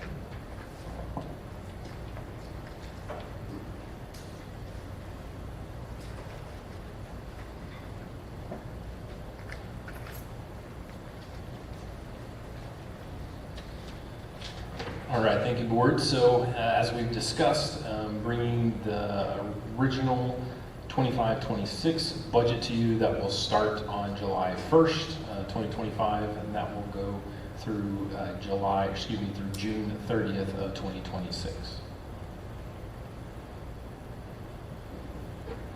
I'll motion to approve the budget presented for the 25-26 school year. I'll second.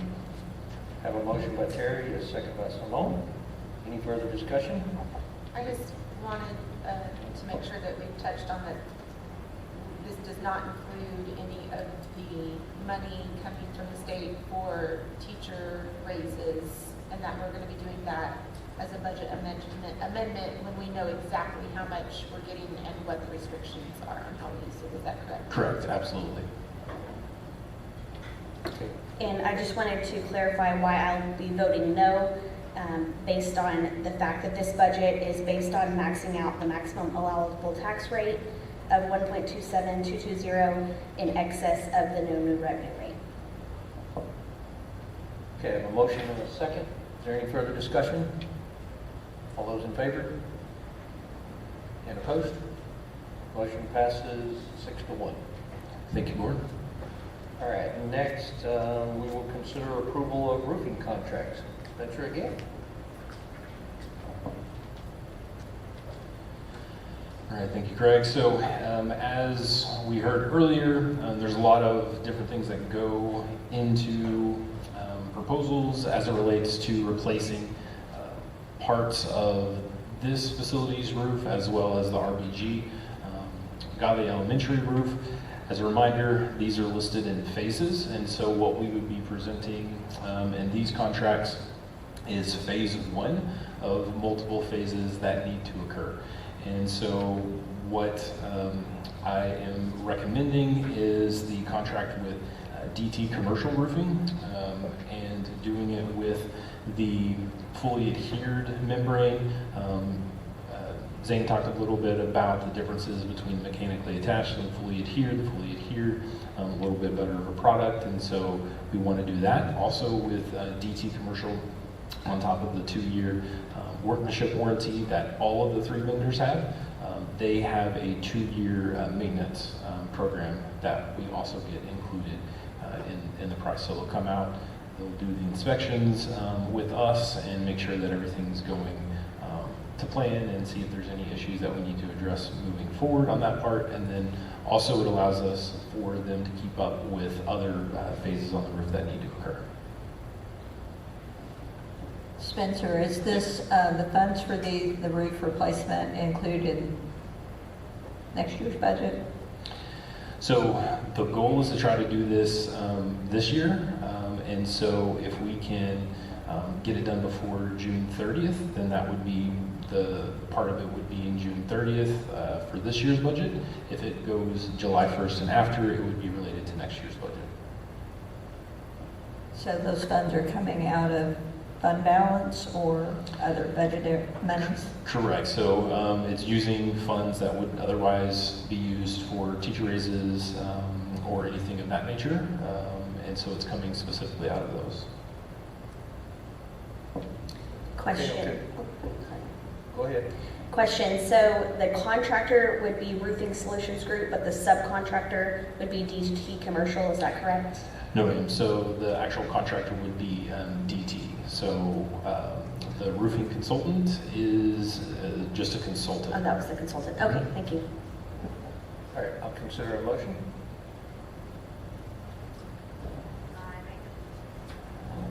I make a motion to approve the roofing contracts as presented and recommended.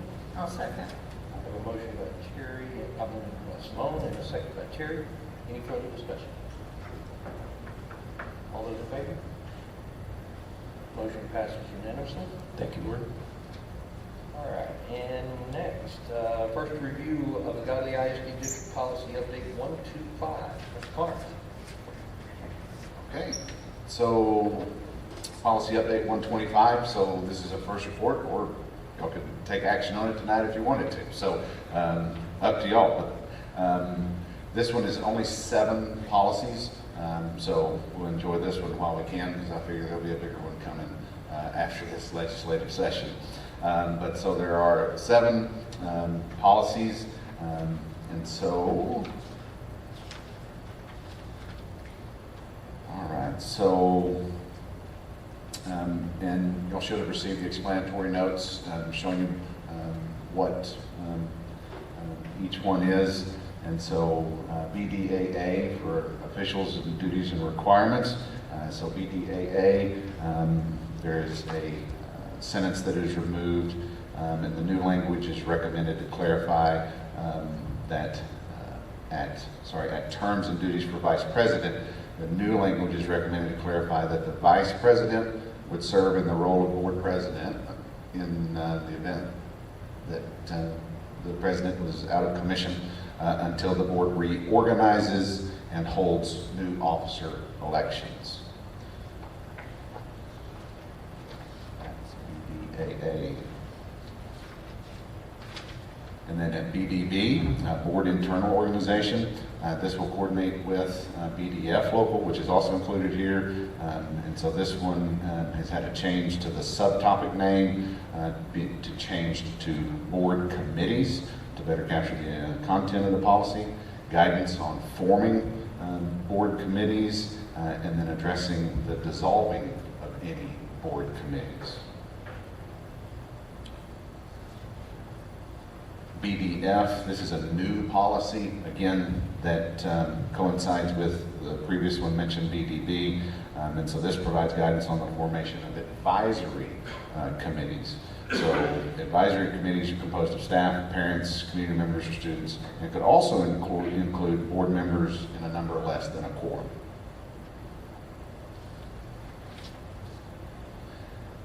At EI, which is academic achievement, there's a minor change at partial credit, which is recommended. And so, for example, they give an example that if a student receives a grade of 70 in the first semester of a course and a grade of 60 in the second semester, the overall average for the course is 65. Based on the policy language, the student would receive credit for the first semester and then would need to retake the second semester. And then FDE, so bullying has been added to the list of offenses for which a district can gather data for purposes of the unsafe school choice option. So change there. FEC, so this is recommended to better align with practices, authorizes the establishment of attendance committees.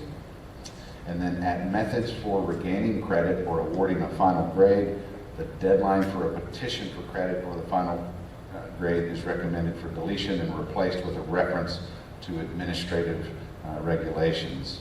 And then lastly, at imposing conditions for awarding credit or a final grade, the revised text there clarifies that the district is not required to assign seat time equivalent to the time the student has been absent.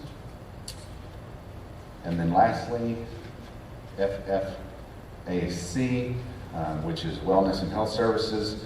This includes provisions about medication for respiratory distress or asthma medication. And these revisions are prompted by the new rules adopted by the Department of State Health Services and clarify what is addressed in the policies for school districts that decide to maintain and administer unassigned medication for respiratory distress. So those are the 7 policies and the recommended language updates as presented. Now, in the past, following a first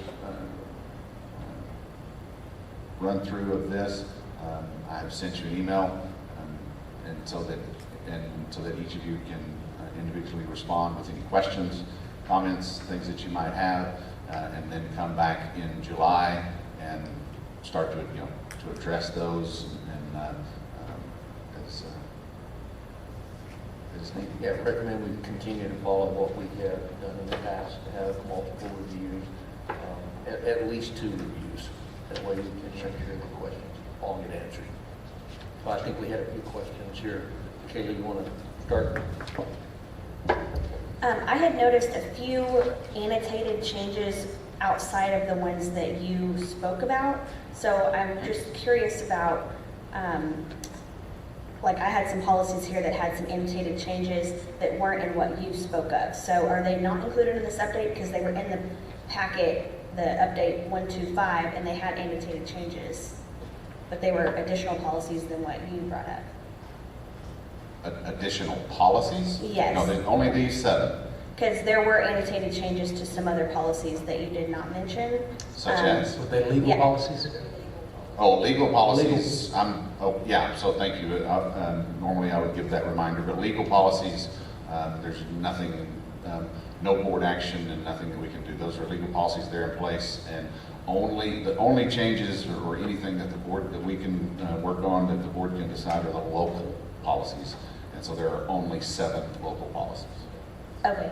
Well, just for transparency, some issues I did have with some of the legal policies, The CMD legal included revisions for districts to adopt an open educational resources instructional materials plan.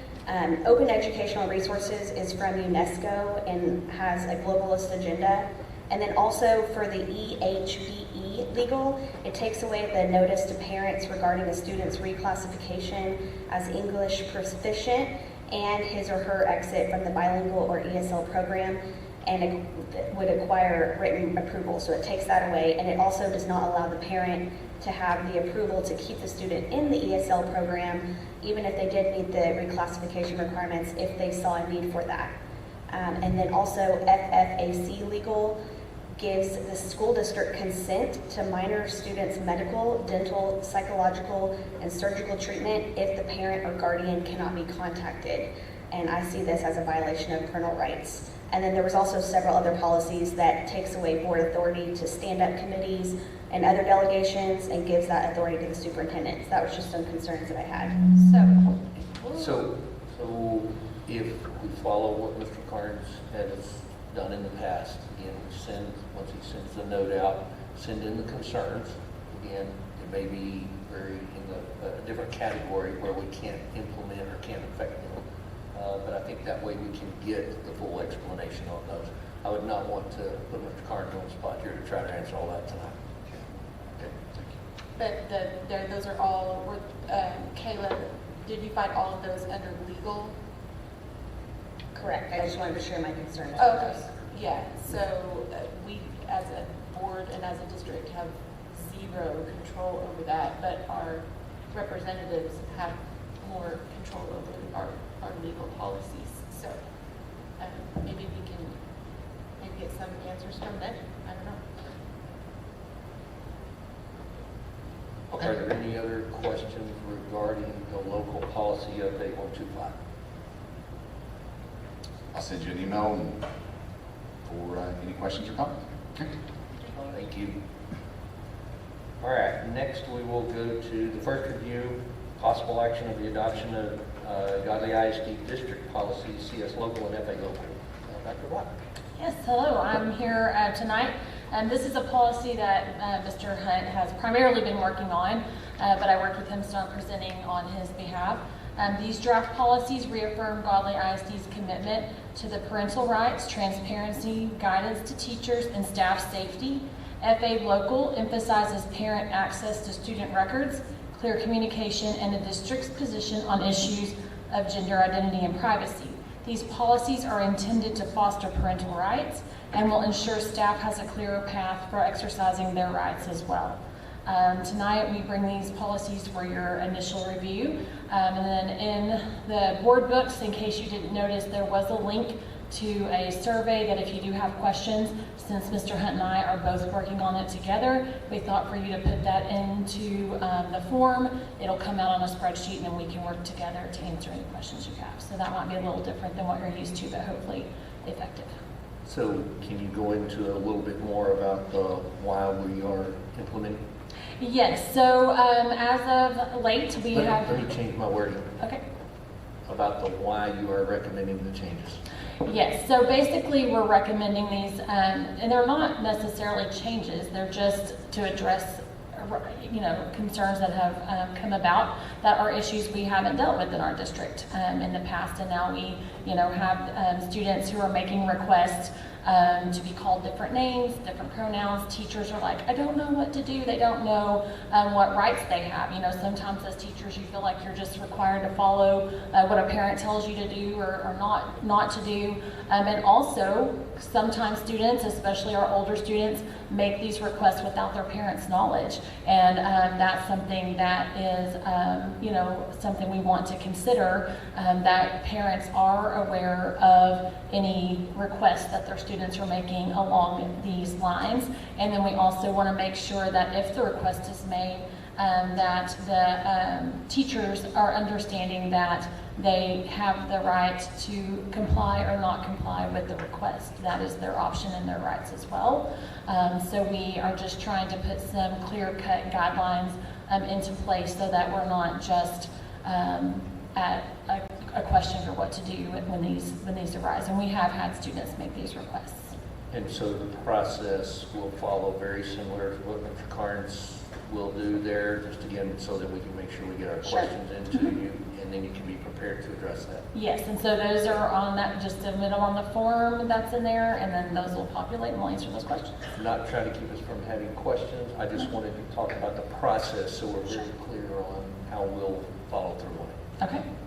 Are there questions that we wanted to ask Dr. Ball? I just wanted to thank y'all for these policies. I'm glad to finally see these policies stating that we will be utilizing biological sex for pronouns and bathroom and locker room usage.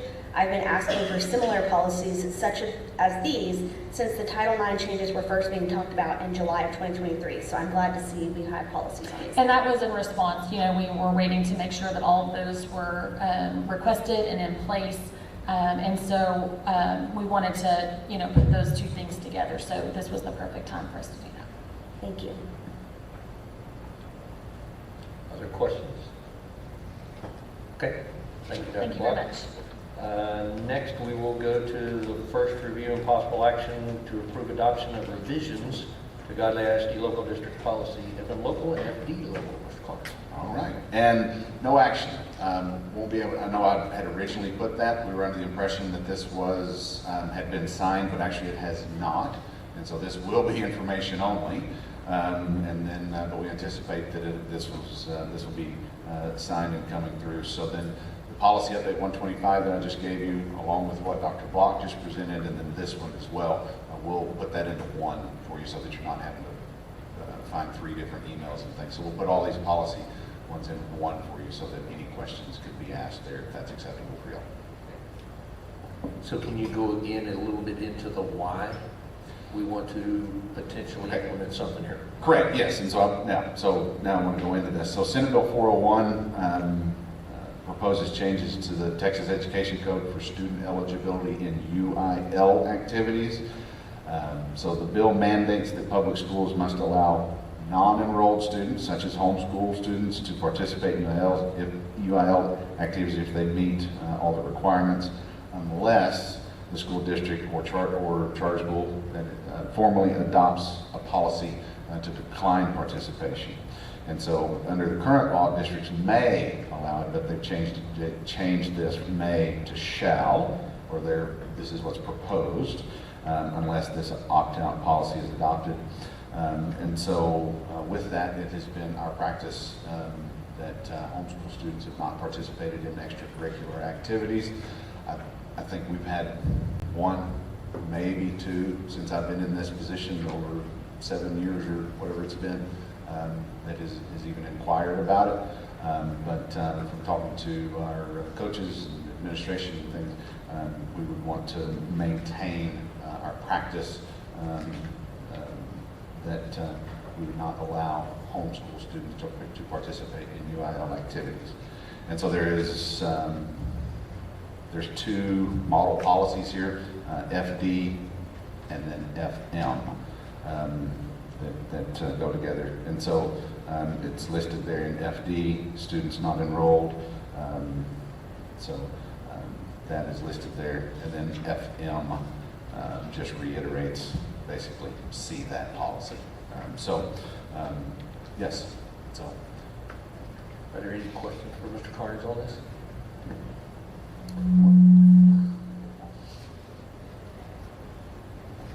I know this is discussion only, but this will be followed up with questions on the spreadsheet. So, grades, attendance, ability to pull children early in the school day to leave for a game. There's a lot of moving parts to this that I'm asking. I know the recommendation right now is to decline this. But if that were to be changed, or maybe I guess what I should be saying is the thought process on how to track those things is a little bit too complex at the moment, correct? If the reasoning behind the district's decline, whatever, how I'm trying to say it, on opting into this, are those the types of, what is the, I guess, response that we're giving to the community when they ask about it? Because I've been approached by it a couple of times too, but I'm just curious, The main thing is it's an unfunded mandate. We would be, these kids will be coming to us, we get no funding for them, but we need to get them uniforms and equipment and instruments and that sort of thing. I think that would be the big overall. I mean, there's a lot of other little ones too, but I don't want to Correct. speak. Yes. Okay. Well That said. was very good. Yep. So my opinion, SB 401 mandates that public schools allow homeschoolers or private schoolers to participate in UIL activities if they meet all eligibility requirements unless the school district opts out. My opinion is that these are still taxpayers, and as such, their children have every right to participate in UIL activities. So my question would be why we wouldn't allow taxpayers. Because we get no funding for them. So you just, earlier in the meeting, you just asked us to cut the budget so we could find places, and now you're saying we need to spend more money. We get no funding for these kids, but we have to spend money on them. Their parents still pay taxes. I understand that, but the school district gets no funding.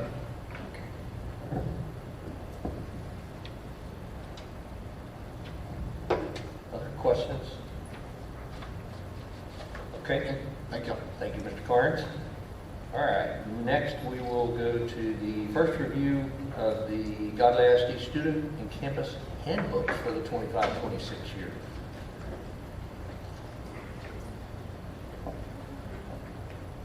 Mr. Frazier, that really seemed very hesitant to be the first one up there. Well, I was going to ask, in review, I didn't see any highlights for any of the elementaries. Really, the only changes I saw were high school changes. So is that? That's kind of why I was looking at them. Oh, nice.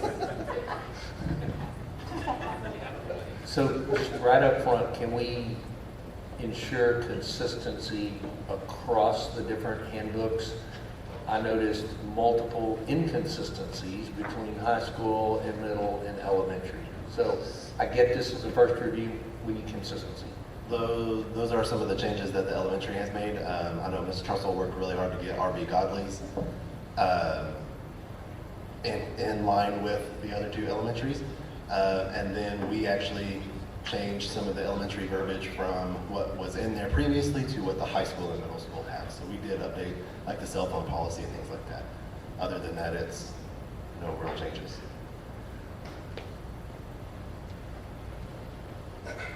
So for the middle school, we did something we haven't done before, and we took this document to our campus improvement team, or our instructional leadership team, ILT, and we just kind of started from the top. We did actually try to align better with the high school than what we've done in the past. That was one of our goals, was to create some alignment. Probably the biggest thing that changed for us really had to do with our teachers requesting that citizenship grades return, so that we could help parents see how their kids are doing regarding responsibility and you know, those types of things, more character type things than grades. What we have been doing is really kind of penalizing them on the grade side for those things. And so you will see that in our book that the teachers have asked for that to return. So we are working on that.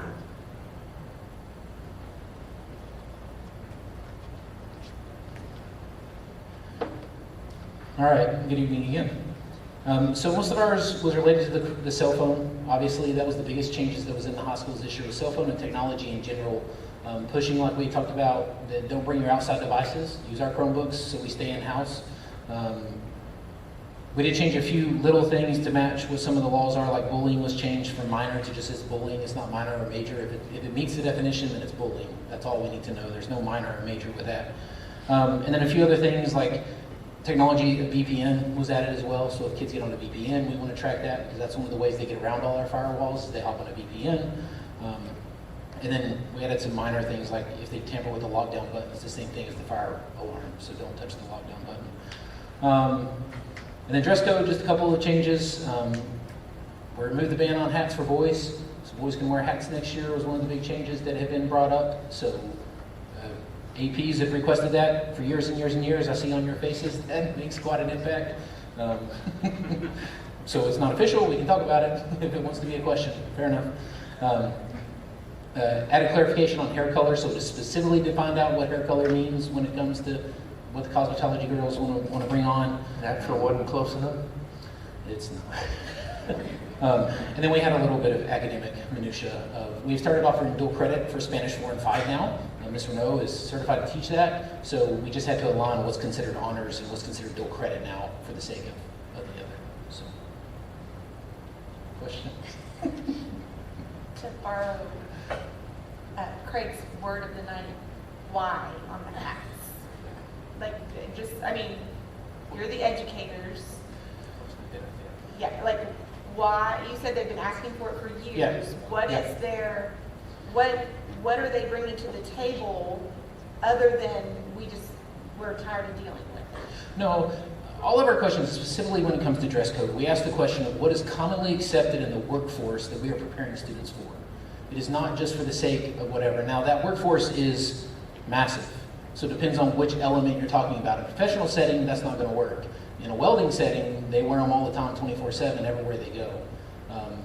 So it has traditionally been, and it is in a lot of houses and places, that hats are just not worn inside buildings. And that is old school, the way it's going to be done. A lot of new school thought for new people are, no, hats are worn all the time, everywhere. I talked to a couple parents in churches. Hats are worn frequently now for some people. So it's one of those things that is, what is society pushing for? What are we prepping them for when they graduate high school, and what are we trying to get them to do? Now, the other side is yes, why are we enforcing this or fighting this? If it's just a hat, how is it impacting instruction? Is it impacting instruction? And so that was the recognition of the AP at the time. So that's really the question we asked when it comes to dress code. Were the teachers given any input on that, on how hats would? Yeah, we asked our campus improvement team as well, just like Ms. Wynn said. We asked them, what are y'all's thoughts on this? How does this work? Most of the teachers, I mean, it's one of those areas that we fought with the teachers that have enforced this rule, make them take them off, and the teacher's like, well, I just want to teach. I don't want to have to deal with this. Do it. Just make them take it off. Like, it's not a big deal. So. I'm gonna tell you, I'm team old school, okay? Sure. Chaps me to see hats in a building and in a church and all of that. Fair enough. I get the world is changing, but I am of the mindset, I agree with you, welders wear them all the time, wear them in the welding lab, whatever we're calling it. Take them off when you come in the building. Like, to me, we're still teaching and molding and like giving these things that maybe some parents at home don't care, and that's to each their own, whatever. But when we're, I guess, entering the workforce, to me, you take all the things that you've accumulated over the years, and your teachers, they're a part of that. So for me to hear that teachers just don't want to enforce it, I don't love that answer. Sure. I understand. So are teachers going to be allowed to wear hats now anytime they want? They're not. I fight with the coaches frequently to take them off when you come in the building. Well, that's what I'm So- asking. That's why I'm asking Yeah. if our students Yeah. are allowed to wear hats. Are our teachers going to be allowed to wear hats? I would not, no. I'll tell the teacher Why? not to wear them in the building.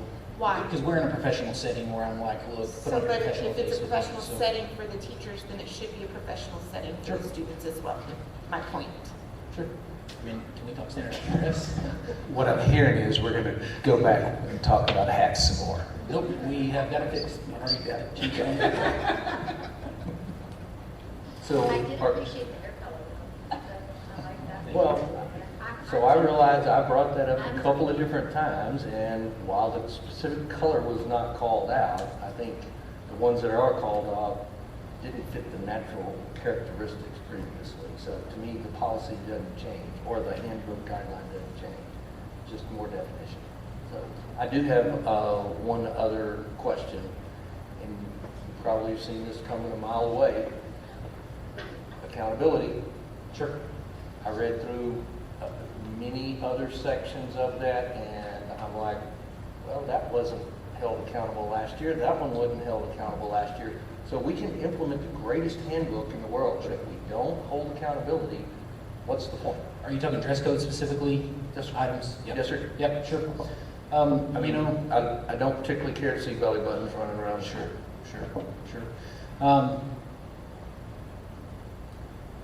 We live in a difficult age where one kid says one thing and an adult gets investigated for whatever happens. And it scares teachers immensely when it comes to those things.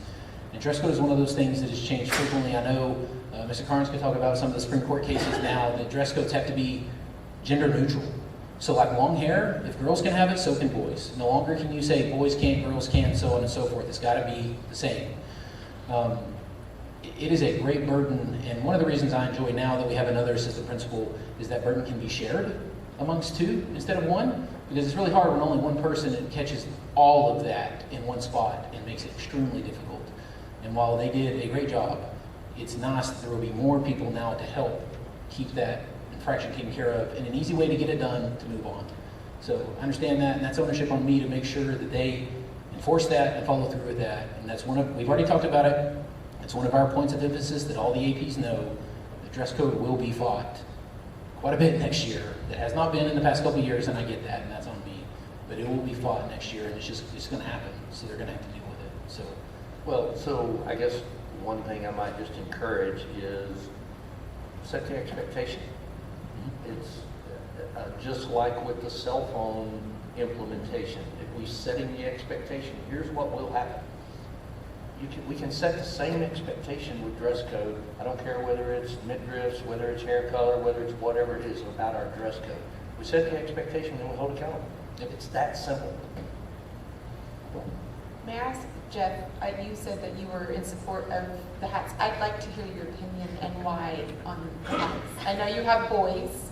I only have a girl, so the hat thing isn't as, maybe doesn't hit as close to home to me. So I'd like to hear your thoughts on the hat. Well, I have two questions on that. First, is it specific just to the high school, or does it go all the way down through elementary? So it's only high school? Okay. All right. And secondly, if we consider doing that, I imagine it would be consistent. It would need to be consistent through all campuses, schools, whatever. But is there not a way to incorporate earning it and it being a privilege? we have put that as an attendance incentive in the past. So if we hit a certain percentage of attendance, then on Fridays you could wear your hats throughout the day. We did find that was one that was good for the boys. The girls didn't care. You know, it didn't incentivize it for the ladies that they didn't want to wear a hat around school. We tried to make it fun, like wear funny hats, silly hats, you know, whatever you want. Don't just wear the baseball cap. So we have done that in the past a little bit as one of our attendance incentives because that's free. It's easy to just say, wear a hat, cool. So we have tried that way. And to answer your question, I feel like it's a comfortable thing. You know, for me personally, I'm way more comfortable wearing a hat than not wearing a hat. If there was a church that, you know, didn't allow me to wear a hat, I wouldn't attend because I wouldn't want to. I'm comfortable. I mean, if they have I can wear a hat to church, then I'm comfortable wearing a hat and I attend, that kind of thing. So I also wear one all day, every day, and have for 20 years, even in the workplace. I don't, you know, there's important board meetings and things that I've been a part of where I'm in a suit and tie that I can't wear a hat, and I'm uncomfortable, but I'm there without a hat on. But that's just my. It's really more about what I'm comfortable with, more so. But I agree that like a respect element. I love teaching that. I love, you know, having a standard of respect and manners and all those things. And you know, my boys wear hats all the time, but they better take it off when they shake a lady's hand. They better say yes, ma'am, no, ma'am. They still, you know, just because they're wearing a hat doesn't mean that you're exempt from manners. I think that it aligns. Oops, sorry. I think that it aligns with what you're trying to keep a hold of, is the Godley small town culture. And that's why I am like, again, it's something in our own household that we implement, but I feel like if we're standing on that hill for these other things, I feel like we need to stand on that hill for hats, hair color. I'm less offended by belly buttons than I am by other body parts. And I will say, as a former teacher, as a former coach's wife, I mean, there were lots of fist bumps, or like, you're not getting close, so I get the teachers worry about that, but it's gonna have to be like, take them out in the hallway, make sure there's a camera around, make sure you've got a witness with you, and say, this is not appropriate, go change, or whatever. There has to be some workaround. That can't be the answer just because our culture is litigious. And then I agree as well with what Krista Heiner said, that if it's a professional environment for the teachers and they can't wear hats, then it should be a professional environment for the students, and there should be alignment there. And I think it's completely reasonable to not allow hats because it is a professional environment. So it's one or the other. Does Watershed allow hats? Just curious. You know, I'm not sure. My kids don't ever wear hats, and I haven't paid attention. Will so you I'm not pay sure. attention or ask? And I let can us know? ask. I'm just curious. I can ask, yeah. All right, thank y'all. Okay. He said thank you. Okay.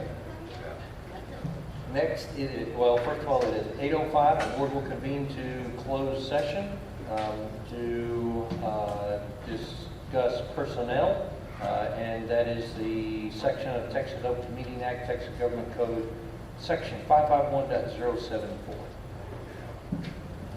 In the room next door. Should we leave our cell phone here? Yes. Yes. Leave your phones here, please. Or turn it off.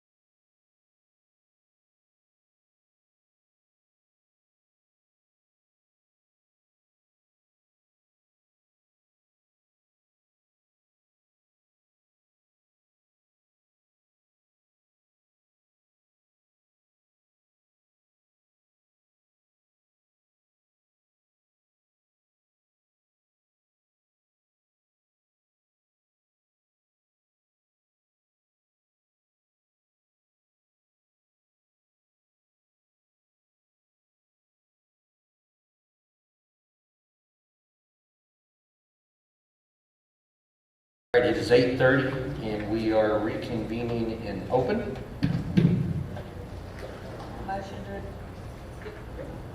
Motion to adjourn. I'll second. We have a motion and a second. We are adjourned at 8:30 p.m. And we will take a picture. Let's follow wherever Mr. Metter directs us to go.